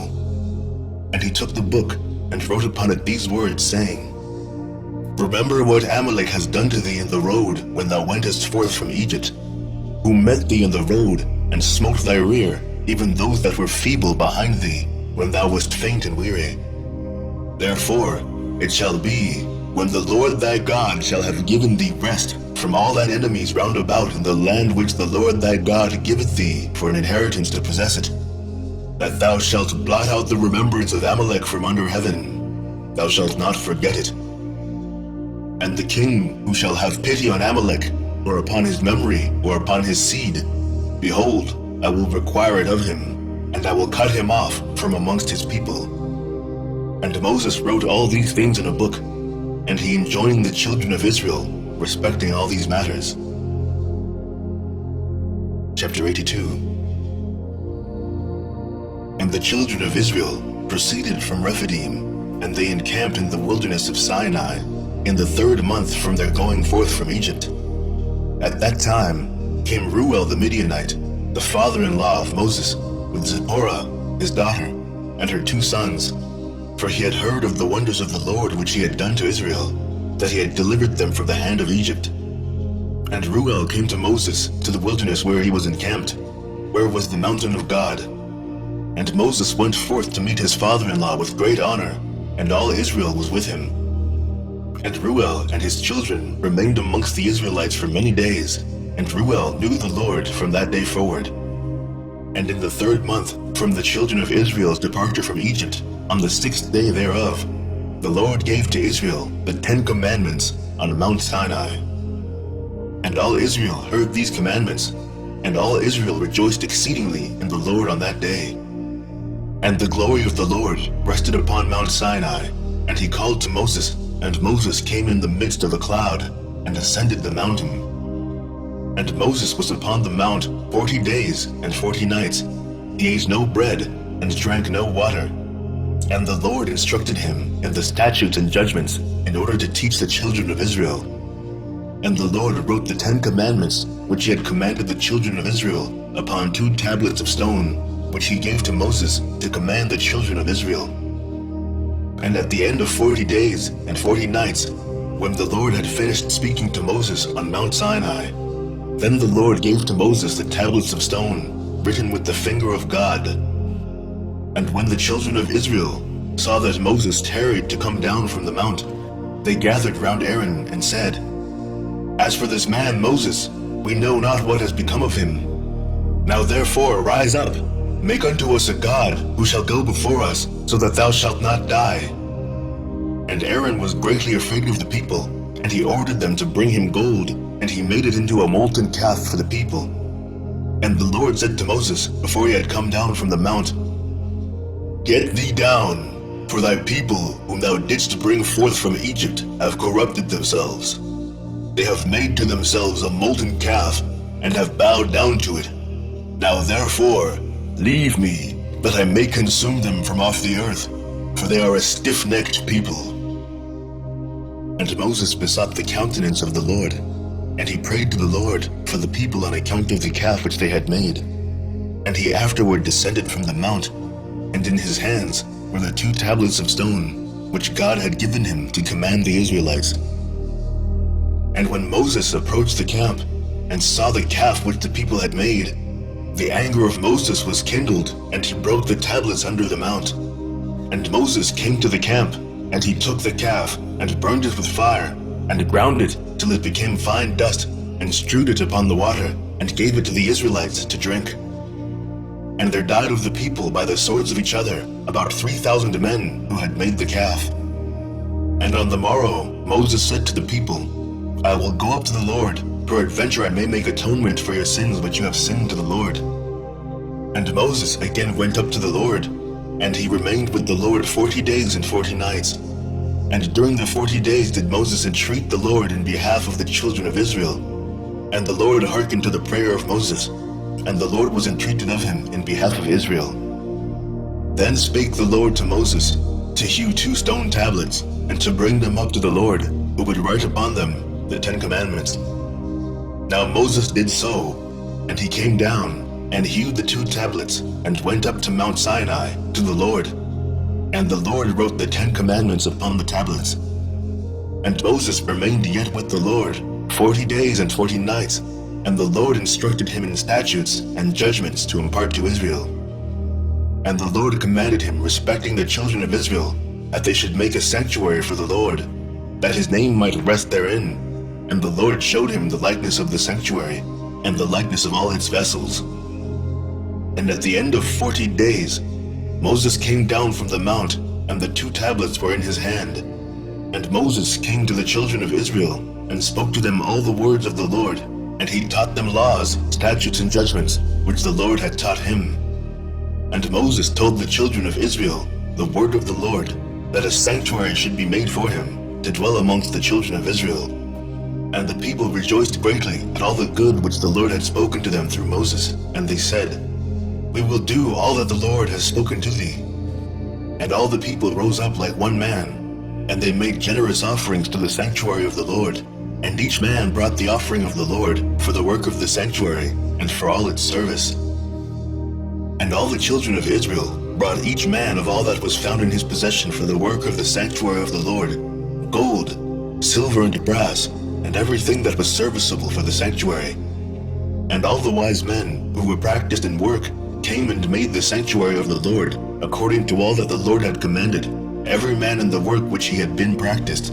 And all the wise men in heart made the sanctuary, and its furniture, and all the vessels for the holy service, as the Lord had commanded Moses. And the work of the sanctuary of the tabernacle was completed at the end of 5 months, and the children of Israel did all that the Lord had commanded Moses. And they brought the sanctuary and all its furniture to Moses, like unto the representation which the Lord had shown to Moses, so did the children of Israel. And Moses saw the work, and behold, they did it as the Lord had commanded him. So Moses blessed them. Chapter 83. And in the 12th month, in the 23rd day of the month, Moses took Aaron and his sons, and he dressed them in their garments, and anointed them, and did unto them as the Lord had commanded him. And Moses brought up all the offerings which the Lord had on that day commanded him. Moses afterward took Aaron and his sons, and said to them, For 7 days shall you remain at the door of the tabernacle, for thus am I commanded. And Aaron and his sons did all that the Lord had commanded them through Moses, and they remained for 7 days at the door of the tabernacle. And on the 8th day, being the 1st day of the month, in the 2nd year from the Israelites' departure from Egypt, Moses erected the sanctuary, and Moses put up all the furniture of the tabernacle, and all the furniture of the sanctuary, and he did all that the Lord had commanded him. And Moses called to Aaron and his sons, and they brought the burnt offering, and the sin offering for themselves, and the children of Israel, as the Lord had commanded Moses. On that day, the 2 sons of Aaron, Nadab and Abihu, took strange fire, and brought it before the Lord who had not commanded them. And the fire went forth from before the Lord, and consumed them, and they died before the Lord on that day. Then on the day when Moses had completed to erect the sanctuary, the princes of the children of Israel began to bring their offerings before the Lord for the dedication of the altar. And they brought up their offerings, each prince for 1 day, and a prince each day for 12 days. And all the offerings which they brought, each man in his day, 1 silver charger weighing 130 shekels, 1 silver bowl of 20 shekels after the shekel of the sanctuary, both of them full of fine flour mingled with oil for a meat offering, 1 spoon weighing 10 shekels of gold full of incense, 1 young bullock, 1 ram, 1 lamb of the 1st year for a burnt offering, and 1 kid of the goats for a sin offering. And for a sacrifice of peace offering, 2 oxen, 5 rams, 5 he-goats, 5 lambs of a year old. Thus did the 12 princes of Israel day by day, each man in his day. And it was after this, in the 13th day of the month, that Moses commanded the children of Israel to observe the Passover, And the children of Israel kept the Passover in its season in the 14th day of the month, as the Lord had commanded Moses, so did the children of Israel. And in the 2nd month, on the 1st day thereof, the Lord spoke unto Moses, saying, Number the heads of all the males of the children of Israel, from 20 years old and upward, thou and thy brother Aaron, and the 12 princes of Israel. And Moses did so. And Aaron came with the 12 princes of Israel, and they numbered the children of Israel in the wilderness of Sinai. And the numbers of the children of Israel by the houses of their fathers, from 20 years old and upward, were 603,550. But the children of Levi were not numbered amongst their brethren, the children of Israel. And the number of all the males of the children of Israel from 1 month old and upward was 22,273. And the number of the children of Levi from 1 month old and above was 22,000. And Moses placed the priests and the Levites, each man to his service and to his burden, to serve the sanctuary of the tabernacle, as the Lord had commanded Moses. And on the 20th day of the month, the cloud was taken away from the tabernacle of testimony. At that time, the children of Israel continued their journey from the wilderness of Sinai, and they took a journey of 3 days, and the cloud rested upon the wilderness of Paran. There the anger of the Lord was kindled against Israel, for they had provoked the Lord in asking him for meat, that they might eat. And the Lord hearkened to their voice, and gave them meat, which they ate for 1 month. But after this, the anger of the Lord was kindled against them, and he smote them with a great slaughter, and they were buried there in that place. And the children of Israel called that place Kibroth Hattaavah, because there they buried the people that lusted flesh. And they departed from Kibroth Hattaavah, and pitched in Hazeroth, which is in the wilderness of Paran. And whilst the children of Israel were in Hazeroth, the anger of the Lord was kindled against Miriam on account of Moses, and she became leprous, white as snow.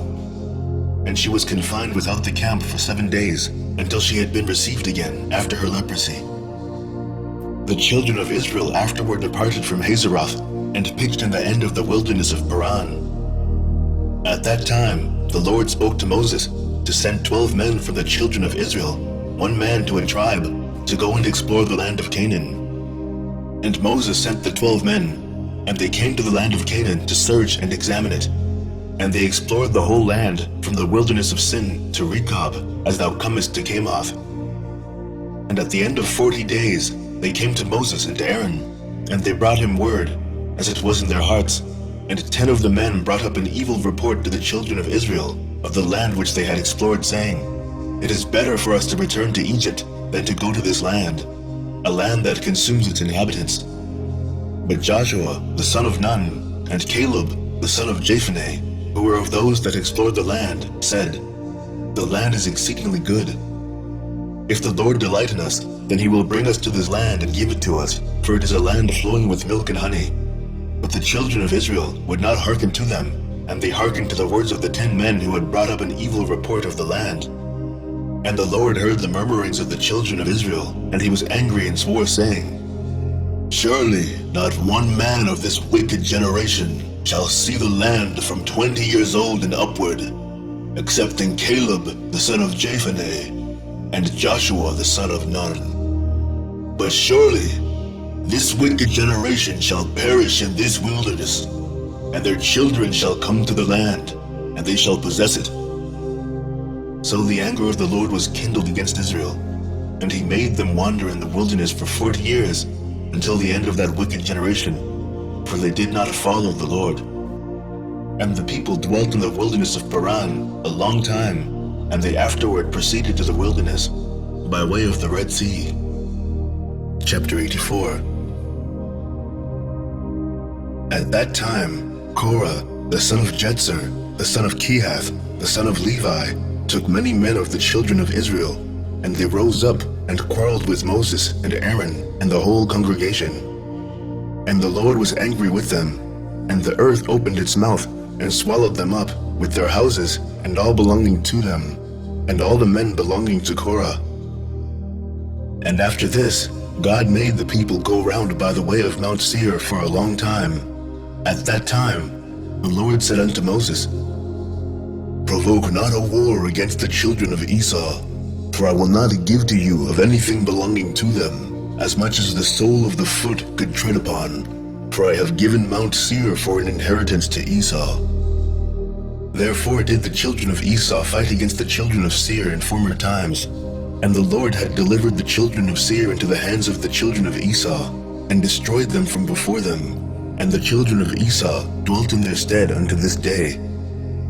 Therefore the Lord said to the children of Israel, Fight not against the children of Esau your brethren, for nothing in their land belongs to you, but you may buy food of them for money and eat it, and you may buy water of them for money and drink it. And the children of Israel did according to the word of the Lord, and the children of Israel went about the wilderness, going round by the way of Mount Sinai for a long time, and touched not the children of Esau, and they continued in that district for 19 years.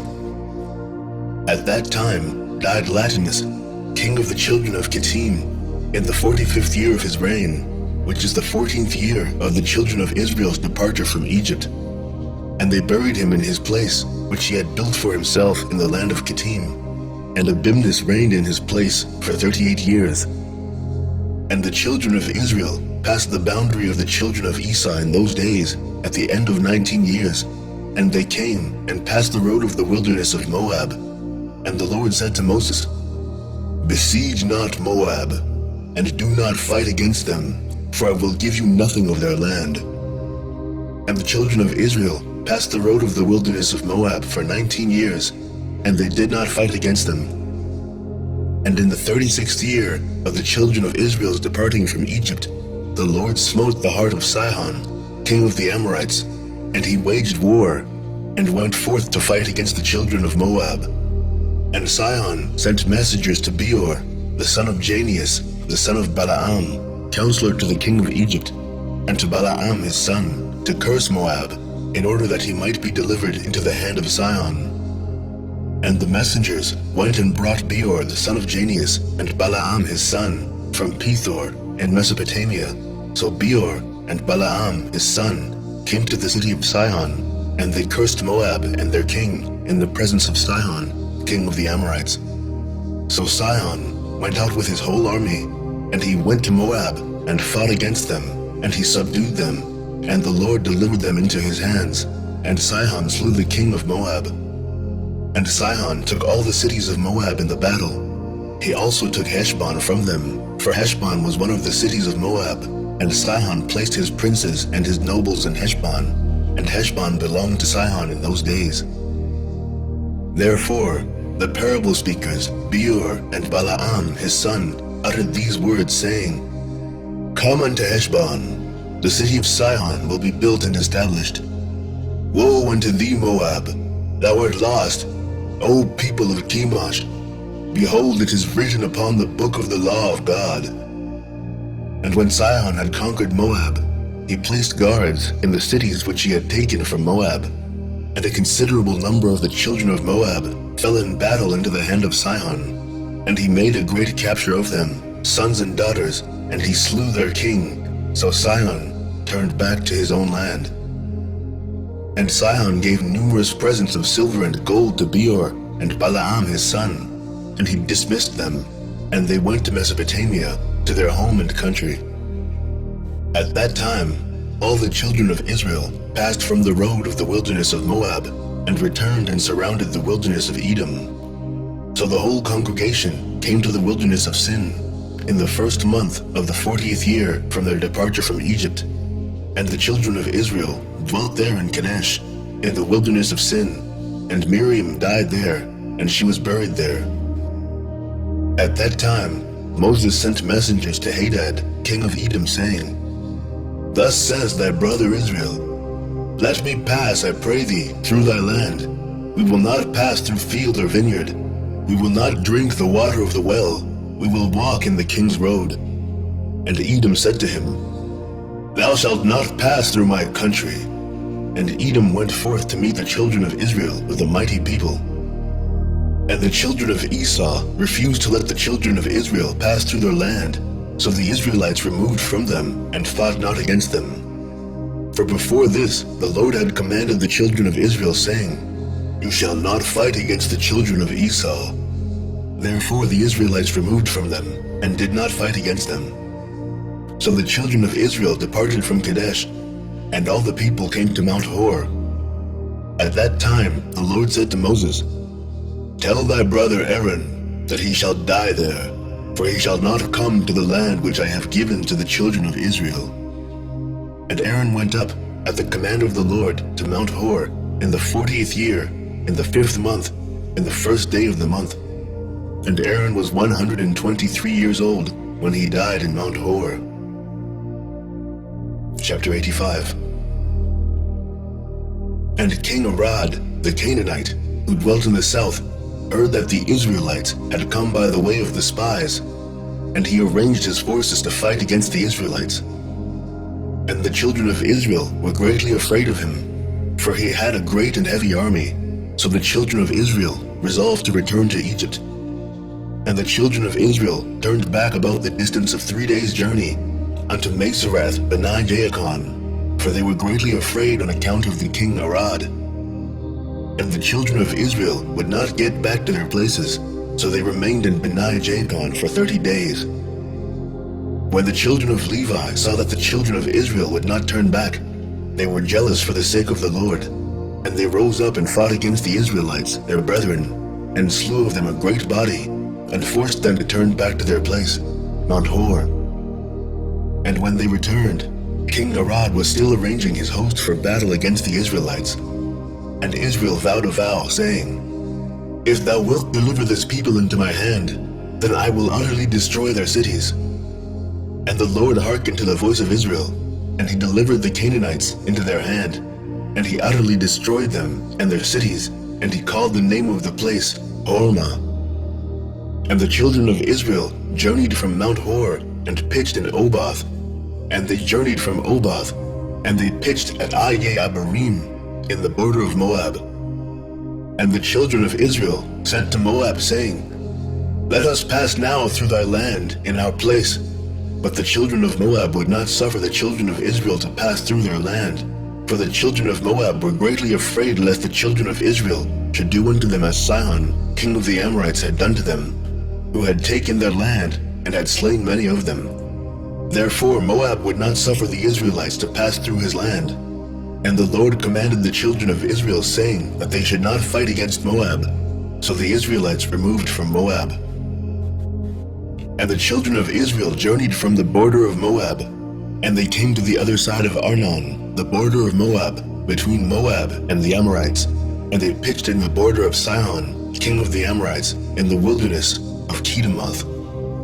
And the children of Israel sent messengers to Sihon, king of the Amorites, saying, "Let us pass through thy land. We will not turn into the fields or into the vineyards. We will go along by the king's highway until we shall have passed thy border." But Sihon would not suffer the Israelites to pass. So Sihon collected all the people of the Amorites and went forth into the wilderness to meet the children of Israel, and he fought against Israel in Jahaz. And the Lord delivered Sihon, king of the Amorites, into the hand of the children of Israel, and Israel smote all the people of Sihon with the edge of the sword, and avenged the cause of Moab.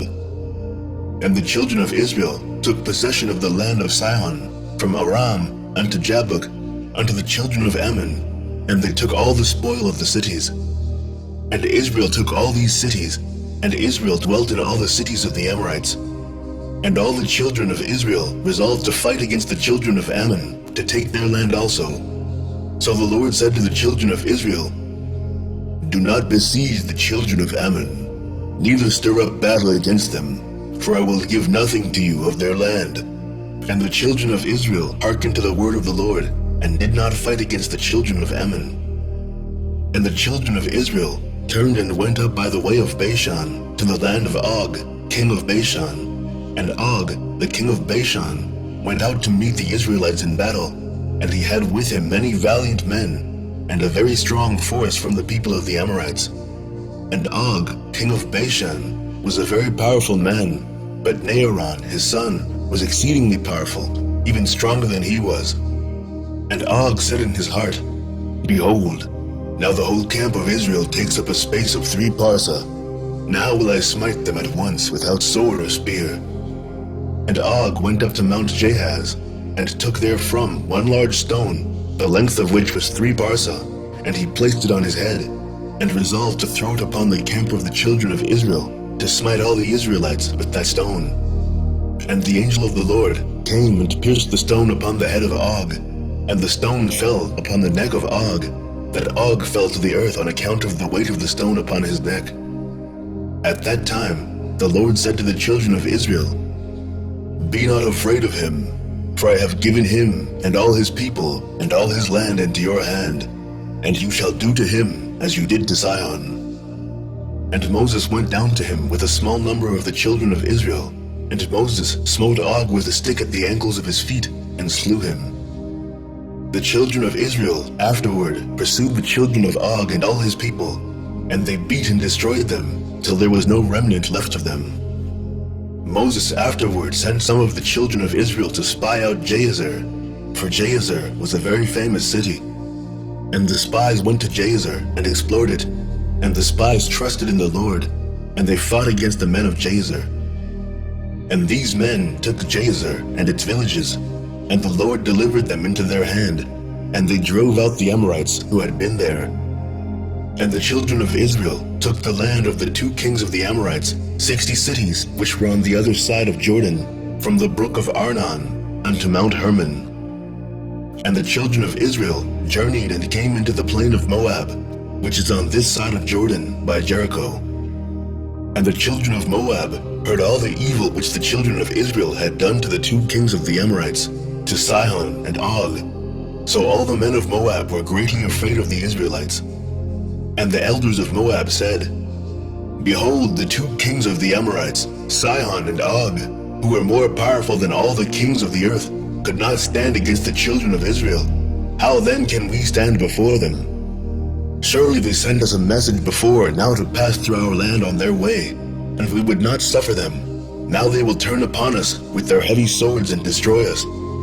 And Moab was distressed on account of the children of Israel, and they were greatly afraid of them. And they counseled together what was to be done to the children of Israel. And the elders of Moab resolved, and took one of their men, Balak, the son of Zippor, the Moabite, and made him king over them at that time. And Balak was a very wise man.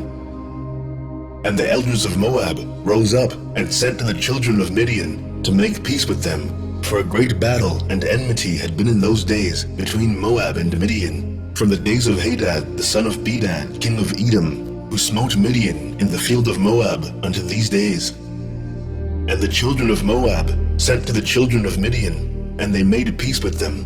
And the elders of Midian came to the land of Moab to make peace in behalf of the children of Midian. And the elders of Moab counseled with the elders of Midian what to do in order to save their lives from Israel.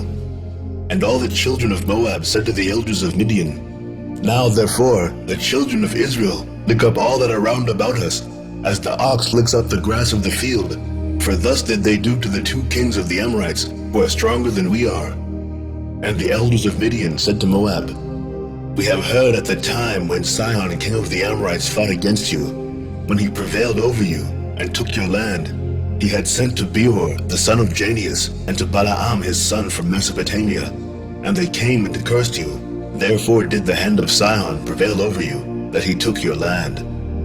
Now therefore send you also to Balaam his son, for he still remains in his land, and give him his hire, that he may come and curse all the people of whom you are afraid. So the elders of Moab heard this thing, and it pleased them to send to Balaam the son of Beor. So Balak the son of Zippor, king of Moab, sent messengers to Balaam, saying, Behold, there is a people come out from Egypt. Behold, they cover the face of the earth, and they abide over against me. Now therefore, come and curse this people for me, for they are too mighty for me. Peradventure I shall prevail to fight against them, and drive them out. For I heard that he whom thou blessest is blessed, and whom thou cursest is cursed. So the messengers of Balak went to Balaam, and brought Balaam to curse the people, to fight against Moab. And Balaam came to Balak to curse Israel. And the Lord said to Balaam, "Curse not this people, for it is blessed." And Balak urged Balaam day by day to curse Israel, but Balaam hearkened not to Balak on account of the word of the Lord which he had spoken to Balaam. And when Balak saw that Balaam would not accede to his wish, he rose up and went home, and Balaam also returned to his land, and he went from there to Midian. And the children of Israel journeyed from the plain of Moab, and pitched by Jordan, from Beth Jesimoth even unto Abel Shittim, at the end of the plains of Moab. And when the children of Israel abode in the plain of Shittim, they began to commit whoredom with the daughters of Moab. And the children of Israel approached Moab, and the children of Moab pitched their tents opposite to the camp of the children of Israel. And the children of Moab were afraid of the children of Israel, and the children of Moab took all their daughters and their wives of beautiful aspect and comely appearance, and dressed them in gold and silver and costly garments. And the children of Moab seated those women at the door of their tents, in order that the children of Israel might see them and turn to them, and not fight against Moab. And all the children of Moab did this thing to the children of Israel, and every man placed his wife and daughter at the door of his tent. And all the children of Israel saw the act of the children of Moab, and the children of Israel turned to the daughters of Moab, and coveted them, and they went to them. And it came to pass that when a Hebrew came to the door of the tent of Moab, and saw a daughter of Moab, and desired her in his heart, and spoke with her at the door of the tent that which he desired, whilst they were speaking together, the men of the tent would come out, and speak to the Hebrew like unto these words: "Surely you know that we are brethren. We are all the descendants of Lot, and the descendants of Abraham his brother. Wherefore then will you not remain with us? And wherefore will you not eat our bread and our sacrifice?" And when the children of Moab had thus overwhelmed him with their speeches, and enticed him by their flattering words, they seated him in the tent, and cooked and sacrificed for him, and he ate of their sacrifice and of their bread. Then they gave him wine, and he drank, and became intoxicated. And they placed before him a beautiful damsel, and he did with her as he liked, for he knew not what he was doing, as he had drunk plentifully of wine. Thus did the children of Moab to Israel in that place, in the plain of Shittim. And the anger of the Lord was kindled against Israel on account of this matter, and he sent a pestilence amongst them, and there died of the Israelites 24,000 men. Now there was a man of the children of Simeon, whose name was Zimri, the son of Salu, who connected himself with the Midianite Cosbi, the daughter of Zer, king of Midian, in the sight of all the children of Israel. And Phinehas, the son of Eleazar, the son of Aaron the priest, saw this wicked thing which Zimri had done, and he took a spear, and rose up and went after them, and pierced them both, and slew them, and the pestilence ceased from the children of Israel. Chapter 86. At that time, after the pestilence, the Lord said to Moses and to Eleazar, the son of Aaron the priest, saying, "Number the heads of the whole community of the children of Israel, from 20 years old and upward, all that went forth in the army." And Moses and Eleazar numbered the children of Israel after their families, and the number of all Israel was 700,730. And the number of the children of Levi, from 1 month old and upward, was 23,000. And amongst these there was not a man of those numbered by Moses and Aaron in the wilderness of Sinai. For the Lord had told them that they would die in the wilderness, so they all died, and not one had been left of them, excepting Caleb the son of Jephunneh, and Joshua the son of Nun. And it was after this that the Lord said to Moses, "Say unto the children of Israel to avenge upon Midian the cause of their brethren, the children of Israel." And Moses did so, and the children of Israel chose from amongst them 12,000 men, being 1,000 to a tribe, and they went to Midian. And the children of Israel warred against Midian, and they slew every male, also the 5 princes of Midian, and Balaam the son of Beor did they slay with the sword. And the children of Israel took the wives of Midian captive, with their little ones, and their cattle, and all belonging to them. And they took all the spoil and all the prey, and they brought it to Moses and to Eleazar to the plains of Moab. And Moses and Eleazar And all the princes of the congregation went forth to meet them with joy. And they divided all the spoil of Midian, and the children of Israel had been revenged upon Midian for the cause of their brethren, the children of Israel. Chapter 87. At that time the Lord said to Moses, Behold, thy days are approaching to an end. Take now Joshua, the son of Nun, thy servant, and place him in the tabernacle, and I will command him. And Moses did so. And the Lord appeared in the tabernacle in a pillar of a cloud, and the pillar of cloud stood at the entrance of the tabernacle. And the Lord commanded Joshua, the son of Nun, and said unto him, Be strong and courageous, for thou shalt bring the children of Israel to the land which I swore to give them, and I will be with thee. And Moses said to Joshua, Be strong and courageous, for thou wilt make the children of Israel inherit the land, and the Lord will be with thee. He will not leave thee nor forsake thee. Be not afraid nor disheartened. And Moses called to all the children of Israel and said to them, You have seen all the good which the Lord your God has done for you in the wilderness. Now therefore observe all the words of this law, and walk in the way of the Lord your God. Turn not from the way which the Lord has commanded you, either to the right or to the left. And Moses taught the children of Israel statutes and judgments, and laws to do in the land, as the Lord had commanded him. And he taught them the way of the Lord and his laws. Behold, they are written upon the book of the law of God, which he gave to the children of Israel by the hand of Moses. And Moses finished commanding the children of Israel, and the Lord said to him, saying, Go up to the Mount Abarim, and die there, and be gathered unto thy people, as Aaron thy brother was gathered. And Moses went up as the Lord had commanded him, and he died there in the land of Moab, by the order of the Lord, in the 40th year from the Israelites going forth from the land of Egypt. And the children of Israel wept for Moses in the plains of Moab for 30 days, and the days of weeping and mourning for Moses were completed. Chapter 88. And it was after the death of Moses that the Lord said to Joshua the son of Nun, saying, Rise up, and pass the Jordan to the land which I have given to the children of Israel, and thou shalt make the children of Israel inherit the land. Every place upon which the sole of your feet shall tread shall belong to you, from the wilderness of Lebanon unto the great river, the river of Perath, shall be your boundary.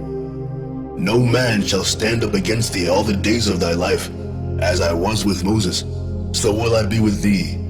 Only be strong and of good courage, to observe all the law which Moses commanded thee. Turn not from the way, either to the right or to the left, in order that thou mayest prosper in all that thou doest. And Joshua commanded the officers of Israel, saying, Pass through the camp, and command the people, saying, Prepare for yourselves provisions, for in 3 days more you will pass the Jordan to possess the land. And the officers of the children of Israel did so, and they commanded the people, and they did all that Joshua had commanded. And Joshua sent 2 men to spy out the land of Jericho, and the men went and spied out Jericho. At the end of 7 days, they came to Joshua in the camp and said to him, The Lord has delivered the whole land into our hand, and the inhabitants thereof are melted with fear because of us.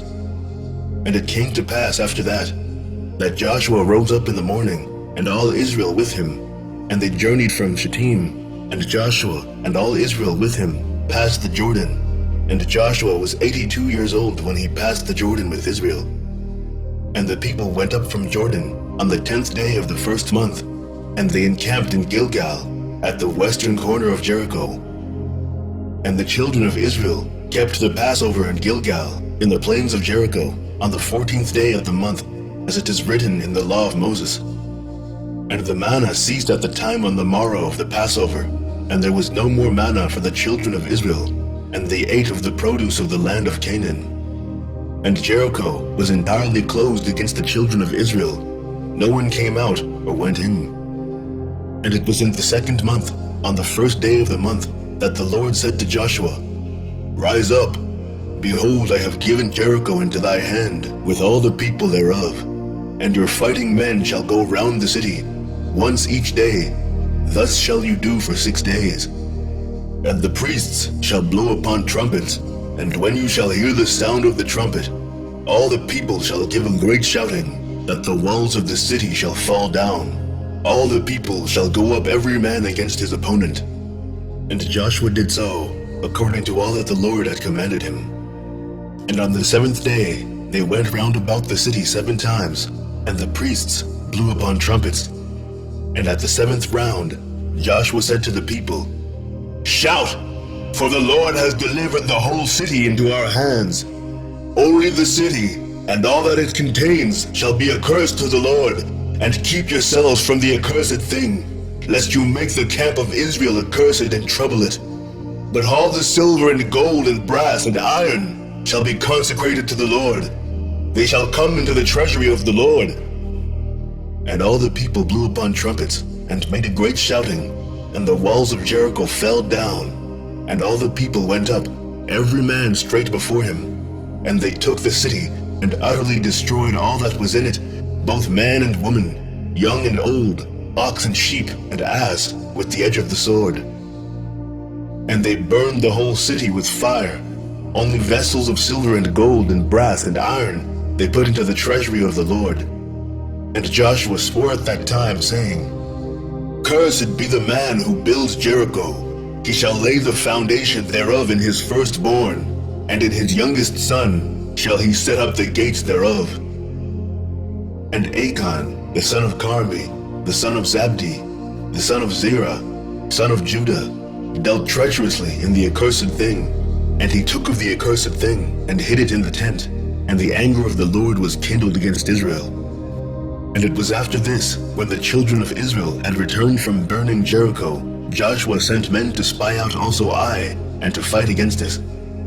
And the men went up, and spied out Ai, and they returned and said, "Let not all the people go up with thee to Ai, only let about 3,000 men go up and smite the city, for the men thereof are but few." And Joshua did so, and there went up with him of the children of Israel about 3,000 men, and they fought against the men of Ai. And the battle was severe against Israel, and the men of Ai smote 36 men of Israel, and the children of Israel fled from before the men of Ai. And when Joshua saw this thing, he tore his garments, and fell upon his face to the ground before the Lord, he with the elders of Israel, and they put dust upon their heads. And Joshua said, "Why, O Lord, didst thou bring this people over the Jordan? What shall I say after the Israelites have turned their backs against their enemies? Now therefore, all the Canaanites, inhabitants of the land, will hear this thing, and surround us, and cut off our name." And the Lord said to Joshua, "Why dost thou fall upon thy face? Rise, get thee off, for the Israelites have sinned, and taken of the accursed thing. I will no more be with them, unless they destroy the accursed thing from amongst them." And Joshua rose up, and assembled the people, and brought the Urim by the order of the Lord, and the tribe of Judah was taken, and Achan the son of Carmi was taken. And Joshua said to Achan, "Tell me, my son, what hast thou done?" And Achan said, I saw amongst the spoil of a goodly garment of Shinar, and 200 shekels of silver, and a wedge of gold of 50 shekels weight. I coveted them, and took them, and behold, they are all hid in the earth in the midst of the tent. And Joshua sent men, who went and took them from the tent of Achan, and they brought them to Joshua. And Joshua took Achan, and these utensils, and his sons and daughters, and all belonging to him, and they brought them into the valley of Achor. And Joshua burned them there with fire, and all the Israelites stoned Achan with stones, and they raised over him a heap of stones. Therefore did he call that place the valley of Achor. So the Lord's anger was appeased, and Joshua afterward came to the city, and fought against it. And the Lord said to Joshua, "Fear not, neither be thou dismayed. Behold, I have given into thy hand Ai, her king and her people, and thou shalt do unto them as thou didst to Jericho and her king. Only the spoil thereof and the cattle thereof shall you take for a prey for yourselves. lay an ambush for the city behind it. So Joshua did according to the word of the Lord, and he chose from amongst the sons of war 30,000 valiant men, and he sent them, and they lay in ambush for the city. And he commanded them, saying, When you shall see us, we will flee before them with cunning, and they will pursue us. You shall then rise up out of the ambush, and take the city. And they did so. And Joshua fought, and the men of the city went out toward Israel, not knowing that they were lying in ambush for them behind the city. And Joshua and all the Israelites feigned themselves wearied out before them, and they fled by the way of the wilderness with cunning. And the men of Ai gathered all the people who were in the city to pursue the Israelites, and they went out and were drawn away from the city. Not one remained, and they left the city open and pursued the Israelites. And those who were lying in ambush rose up out of their places and hastened to come to the city, and took it and set it on fire. And the men of Ai turned back, and behold, the smoke of the city ascended to the skies, and they had no means of retreating, either one way or the other. And all the men of Ai were in the midst of Israel, some on this side and some on that side, and they smote them, so that not one of them remained. And the children of Israel took Milosh, king of Ai, alive, and they brought him to Joshua, and Joshua hanged him on a tree, and he died. And the children of Israel returned to the city after having burned it, and they smote all those that were in it with the edge of the sword. And the number of those that had fallen of the men of Ai, both man and woman, was 12,000. Only the cattle and the spoil of the city they took to themselves, according to the word of the Lord to Joshua. And all the kings on this side Jordan, all the kings of Canaan, heard of the evil which the children of Israel had done to Jericho and to Ai, and they gathered themselves together to fight against Israel. Only the inhabitants of Gibeon were greatly afraid of fighting against the Israelites, lest they should perish. So they acted cunningly, and they came to Joshua and to all Israel, and said unto them, We have come from a distant land. Now therefore make a covenant with us.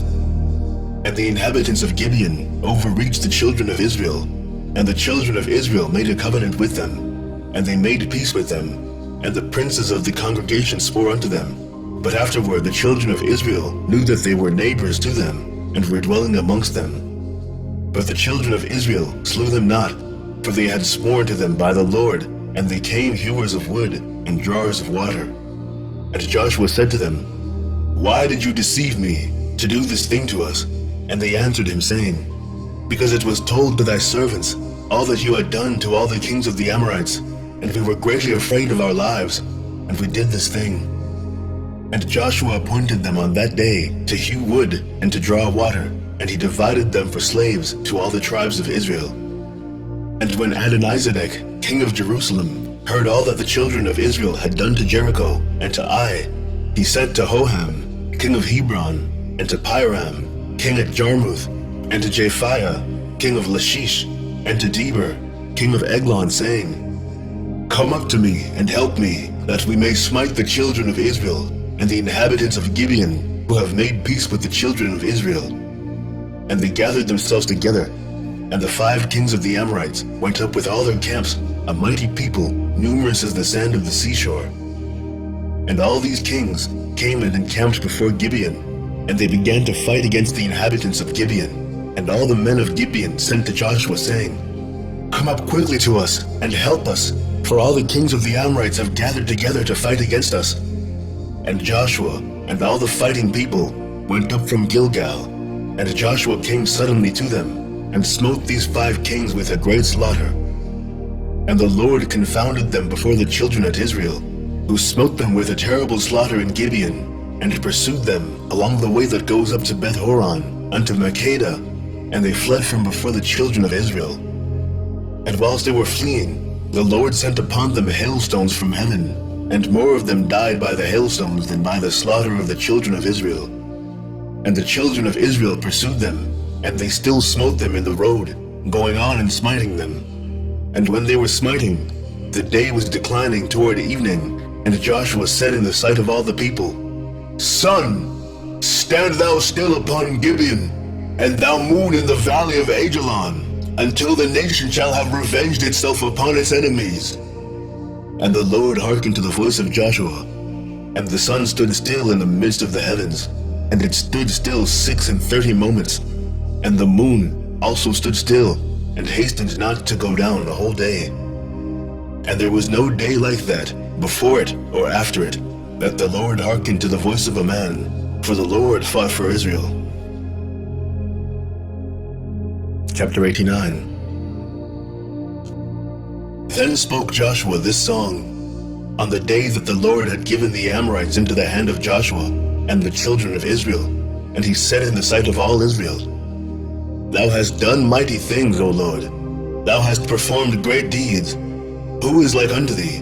My lips shall sing to thy name. My goodness and my fortress, my high tower, I will sing a new song unto thee. With thanksgiving will I sing to thee. Thou art the strength of my salvation. All the kings of the earth shall praise thee. The princes of the world shall sing to thee. The children of Israel shall rejoice in thy salvation. They shall sing and praise thy power. To thee, O Lord, did we confide. We said, Thou art our God, for thou wast our shelter and strong tower against our enemies. To thee we cried, and were not ashamed. In thee we trusted, and were delivered. When we cried unto thee, thou didst hear our voice. Thou didst deliver our souls from the sword. Thou didst show unto us thy grace. Thou didst give unto us thy salvation. Thou didst rejoice our hearts with thy strength. Thou didst go forth for our salvation. With thine arm thou didst redeem thy people. Thou didst answer us from the heavens of thy holiness. Thou didst save us from 10,000s of people. The sun and moon stood still in heaven, and thou didst stand in thy wrath against our oppressors, and didst command thy judgments over them. All the princes of the earth stood up. The kings of the nations had gathered themselves together. They were not moved at thy presence. They desired thy battles. Thou didst rise against them in thine anger, and didst bring down thy wrath upon them. Thou didst destroy them in thine anger, and cut them off in thine heart. Nations have been consumed with thy fury. Kingdoms have declined because of thy wrath. Thou didst wound kings in the day of thine anger.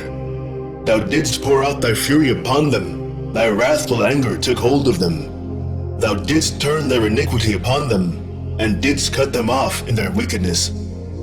They did spread a trap. They fell therein. In the net they hid. Their foot was caught. Thine hand was ready for all thine enemies, who said, Through their sword they possessed the land. Through their arm they dwelt in the city. Thou didst fill their faces with shame. Thou didst bring their horns down to the ground. Thou didst terrify them in thy wrath, and didst destroy them in thine anger. The earth trembled and shook at the sound of thy storm over them. Thou didst not withhold their souls from death, and didst bring down their lives to the grave. Thou didst pursue them in thy storm. Thou didst consume them in thy whirlwind. Thou didst turn their rain into hail. They fell in deep pits, so they could not rise. Their carcasses were like rubbish, cast out in the middle of the streets. They were consumed and destroyed in thine anger. Thou didst save thy people with thy might. Therefore our hearts rejoice in thee. Our souls exult in thy salvation. Our tongues shall relate thy might. We will sing and praise thy wondrous works. For thou didst save us from our enemies. Thou didst deliver us from those who rose up against us. Thou didst destroy them from before us, and depress them beneath our feet.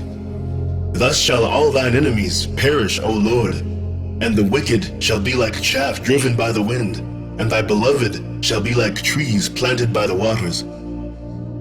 So Joshua and all Israel with him returned to the camp in Gilgal, after having smitten all the kings, so that not a remnant was left of them.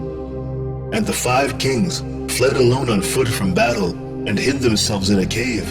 And Joshua sought for them in the field of battle, and did not find them.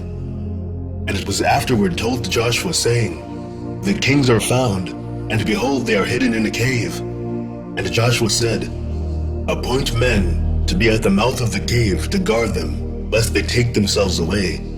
And the children of Israel did so. And Joshua called to all Israel, and said to the officers of battle, Place your feet upon the necks of these kings. And Joshua said, So shall the Lord do to all your enemies. And Joshua commanded afterward that they should slay the kings and cast them into the cave, and to put great stones at the mouth of the cave. And Joshua went afterward with all the people that were with him on that day to Makkedah, and he smote it with the edge of the sword. And he utterly destroyed the souls and all belonging to the city, and he did to the king and the people thereof as he had done to Jericho. And he passed from there to Libnah, and he fought against it, and the Lord delivered it into his hand. And Joshua smote it with the edge of the sword, and all the souls thereof, and he did to it, and to the king thereof, as he had done to Jericho. And from there he passed on to Lachish to fight against it, and Horam, king of Gaza, went up to assist the men of Lachish, and Joshua smote him and his people until there was none left to him. And Joshua took Lachish, and all the people thereof, and he did to it, as he had done to Libnah. And Joshua passed from there to Eglon, and he took that also, and he smote it, and all the people thereof with the edge of the sword. And from there he passed to Hebron, and fought against it, and took it, and utterly destroyed it. And he returned from there with all Israel to Debir, and fought against it, and smote it with the edge of the sword. And he destroyed every soul in it, he left none remaining. And he did to it, and the king thereof, as he had done to Jericho. And Joshua smote all the kings of the Amorites, from Kadesh Barnea unto Azah, and he took their country at once, for the Lord had fought for Israel. And Joshua, with all Israel, came to the camp to Gilgal. When at that time Jabin, king of Chazor, heard all that Joshua had done to the kings of the Amorites, Jabin sent to Jobat, king of Midian, and to Laban, king of Shimron, and to Jephthah, king of Akshaph, and to all the kings of the Amorites, saying, Come quickly to us and help us, that we may smite the children of Israel before they come upon us, and do unto us as they have done to the other kings of the Amorites. And all these kings hearkened to the words of Jabin, king of Chazor, and they went forth with all their camps, 17 kings, and all their people were as numerous as the sand on the seashore, together with horses and chariots innumerable. And they came and pitched together at the waters of Merom, and they were met together to fight against Israel. And the Lord said to Joshua, Fear them not, for tomorrow, about this time, I will deliver them up all slain before you. Thou shalt hawk their horses, and burn their chariots with fire. And Joshua, with all the men of war, came suddenly upon them, and smote them, and they fell into their hands, for the Lord had delivered them into the hands of the children of Israel. So the children of Israel pursued all these kings with their camps, and smote them until there was none left of them. And Joshua did to them as the Lord had spoken to him. And Joshua returned at that time to Chazor, and smote it with the sword, and destroyed every soul in it, and burned it with fire. And from Chazor Joshua passed to Shimron, and smote it, and utterly destroyed it. From there he passed to Akshaph, and he did to it as he had done to Shimron. From there he passed to Adullam, and he smote all the people in it, and he did to Adullam as he had done to Akshaph and to Shimron. And he passed from them to all the cities of the kings which he had smitten, and he smote all the people that were left of them, and he utterly destroyed them. Only their booty and cattle the Israelites took to themselves as a prey, but every human being they smote, they suffered not a soul to live. As the Lord had commanded Moses, so did Joshua and all Israel. They failed not in anything. So Joshua and all the children of Israel smote the whole land of Canaan, as the Lord had commanded them, and smote all their kings, being 31 kings, and the children of Israel took their whole country. Besides the kingdoms of Sihon and Og, which are on the other side of Jordan, of which Moses had smitten many cities, and Moses gave them to the Reubenites and the Gadites, and to half the tribe of Manasseh. And Joshua smote all the kings that were on this side Jordan to the west, and he gave them for an inheritance to the 9 tribes and to the half tribe of Israel. For 5 years did Joshua carry on the war with these kings, and he gave their cities to the Israelites. And the land became tranquil from battle throughout the cities of the Amorites and the Canaanites. Chapter 90. At that time, in the 5th year after the children of Israel had passed over Jordan, after the children of Israel had rested from their war with the Canaanites, at that time great and severe battles arose between Edom and the children of Kittim, and the children of Kittim fought against Edom. And Abianus, king of Kittim, went forth in that year, that is in the 31st year of his reign, and a great force with him of the mighty men of the children of Kittim, and he went to Seir to fight against the children of Esau. And Hadad, the king of Edom, heard of his report, and he went forth to meet him with a heavy people and a strong force, and engaged in battle with him in the field of Edom. And the hand of Kittim prevailed over the children of Esau, and the children of Kittim slew of the children of Esau 22,000 men, and all the children of Esau fled from before them. And the children of Kittim pursued them, and they reached Hadad, king of Edom, who was running before them, and they caught him alive, and brought him to Abianus, king of Kittim. And Abianus ordered him to be slain, and Hadad, king of Edom, died in the 48th year of his reign. And the children of Kittim continued their pursuit of Edom, and they smote them with a great slaughter, and Edom became subject to the children of Kittim. And the children of Kittim ruled over Edom, and Edom became under the hand of the children of Kittim, and became one kingdom from that day. And from that time they could no more lift up their heads, and their kingdom became one with the children of Kittim. And Abianus placed officers in Edom, and all the children of Edom became subject and tributary to Abianus, and Abianus turned back to his own land, Kittim. And when he returned, he renewed his government, and built for himself a spacious and fortified palace for a royal residence, and reigned securely over the children of Kittim and over Edom.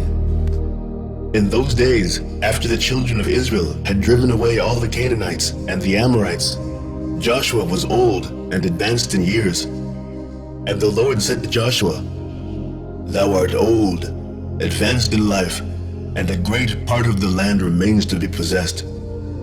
Now therefore, divide this land for an inheritance to the 9 tribes, and to the half-tribe of Manasseh." And Joshua rose up and did as the Lord had spoken to him. And he divided the whole land to the tribes of Israel as an inheritance to the 9 tribes according to their divisions. But to the tribe of Levi he gave no inheritance. The offerings of the Lord are their inheritance, as the Lord had spoken of them by the hand of Moses. And Joshua gave Mount Hebron to Caleb, the son of Jephunneh, one portion above his brethren, as the Lord had spoken through Moses. Therefore, Hebron became an inheritance to Caleb and his children unto this day. And Joshua divided the whole land by lots to all Israel for an inheritance, as the Lord had commanded him.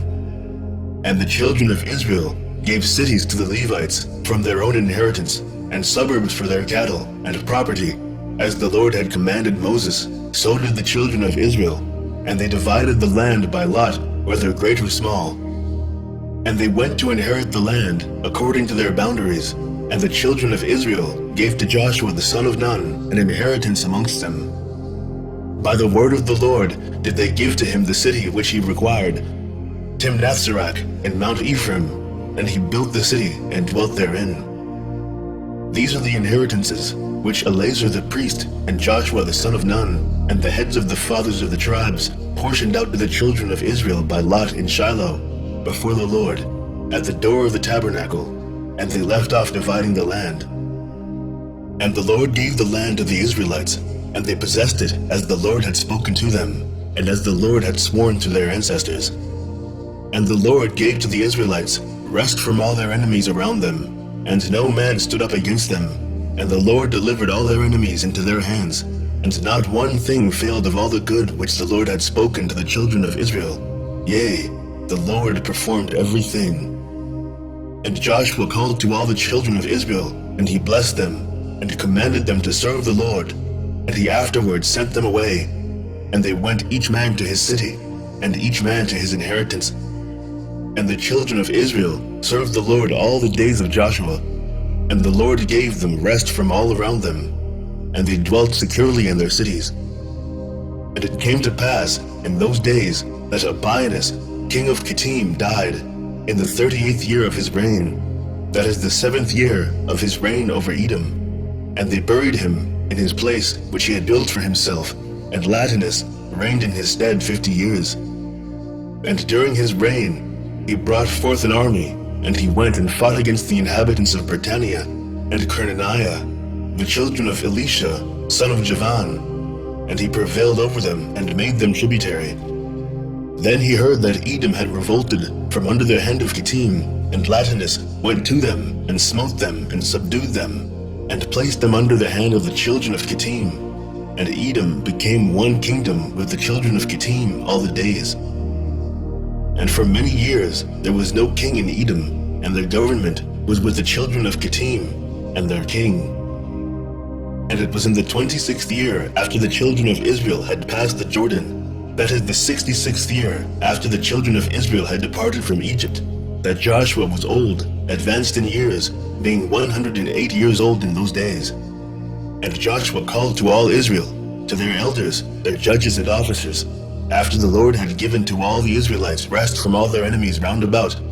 And Joshua said to the elders of Israel, and to their judges, Behold, I am old, advanced in years, and you have seen what the Lord has done to all the nations, whom he has driven away from before you, for it is the Lord who has fought for you. Now therefore, strengthen yourselves to keep and to do all the words of the law of Moses, not to deviate from it to the right or to the left, and not to come amongst those nations who are left in the hand. Neither shall you make mention of the name of their gods, but you shall cleave to the Lord your God, as you have done to this day. And Joshua greatly exhorted the children of Israel to serve the Lord all their days. And all the Israelites said, We will serve the Lord our God all our days, we and our children, and our children's children, and our seed forever. And Joshua made a covenant with the people on that day, and he sent away the children of Israel, and they went each man to his inheritance and to his city. And it was in those days, when the children of Israel were dwelling securely in their cities, that they buried the coffins of the tribes of their ancestors, which they had brought up from Egypt, each man in the inheritance of his children. The 12 sons of Jacob did the children of Israel bury, each man in the possession of his children. And these are the names of the cities wherein they buried the 12 sons of Jacob, whom the children of Israel had brought up from Egypt. And they buried Reuben and Gad on this side Jordan, in Ramiah, which Moses had given to their children. And Simeon and Levi they buried in the city of Mauda, which he had given to the children of Simeon, and the suburb of the city was for the children of Levi. And Judah they buried in the city of Benjamin, opposite Bethlehem. And the bones of Issachar and Zebulun they buried in Zidon, in the portion which fell to their children. And Dan was buried in the city of his children, in Eshtael. And the Naphtali and Asher they buried in Kenesh Naphtali, each man in his place, which he had given to his children. And the bones of Joseph they buried in Shechem, in the part of the field which Jacob had purchased from Hamor, and which became to Joseph for an inheritance. And they buried Benjamin in Jerusalem, opposite the Jebusite, which was given to the children of Benjamin. The children of Israel buried their fathers, each man in the city of his children. And at the end of 2 years, Joshua the son of Nun died, 110 years old, and the time which Joshua judged Israel was 28 years, and Israel served the Lord all the days of his life. And the other affairs of Joshua, and his battles, and his reproofs with which he reproved Israel, and all which he had commanded them, and the names of the cities which the children of Israel possessed in his days, behold, they are written in the book of the words of Joshua to the children of Israel, and in the book of the wars of the Lord, which Moses and Joshua, the children of Israel, had written. And the children of Israel buried Joshua in the border of his inheritance, in Timnath-Serach, which was given him in Mount Ephraim. And Eleazar, the son of Aaron, died in those days, and they buried him in a hill belonging to Phinehas his son, which was given him in Mount Ephraim. Chapter 91. At that time, after the death of Joshua, the children of the Canaanites were still in the land, and the Israelites resolved to drive them out. And the children of Israel asked the Lord, saying, Who shall go up for us to the Canaanites to fight against them? And the Lord said, Judah shall go up. And the children of Judah said to Simeon, Go up with us into our lot, and we will fight against the Canaanites, and we likewise will go up with you in your lot. So the children of Simeon went with the children of Judah. And the children of Judah went up and fought against the Canaanites. So the Lord delivered the Canaanites into the hands of the children of Judah, and they smote them in Bezek, 10,000 men. And they fought with Adonibezek in Bezek, and he fled from before them. And they pursued him and caught him, and they took hold of him and cut off his thumbs and great toes. And Adonibezek said, 70 kings, having their thumbs and great toes cut off, gathered their meat under my table. As I have done, so God has requited me. And they brought him to Jerusalem, and he died there.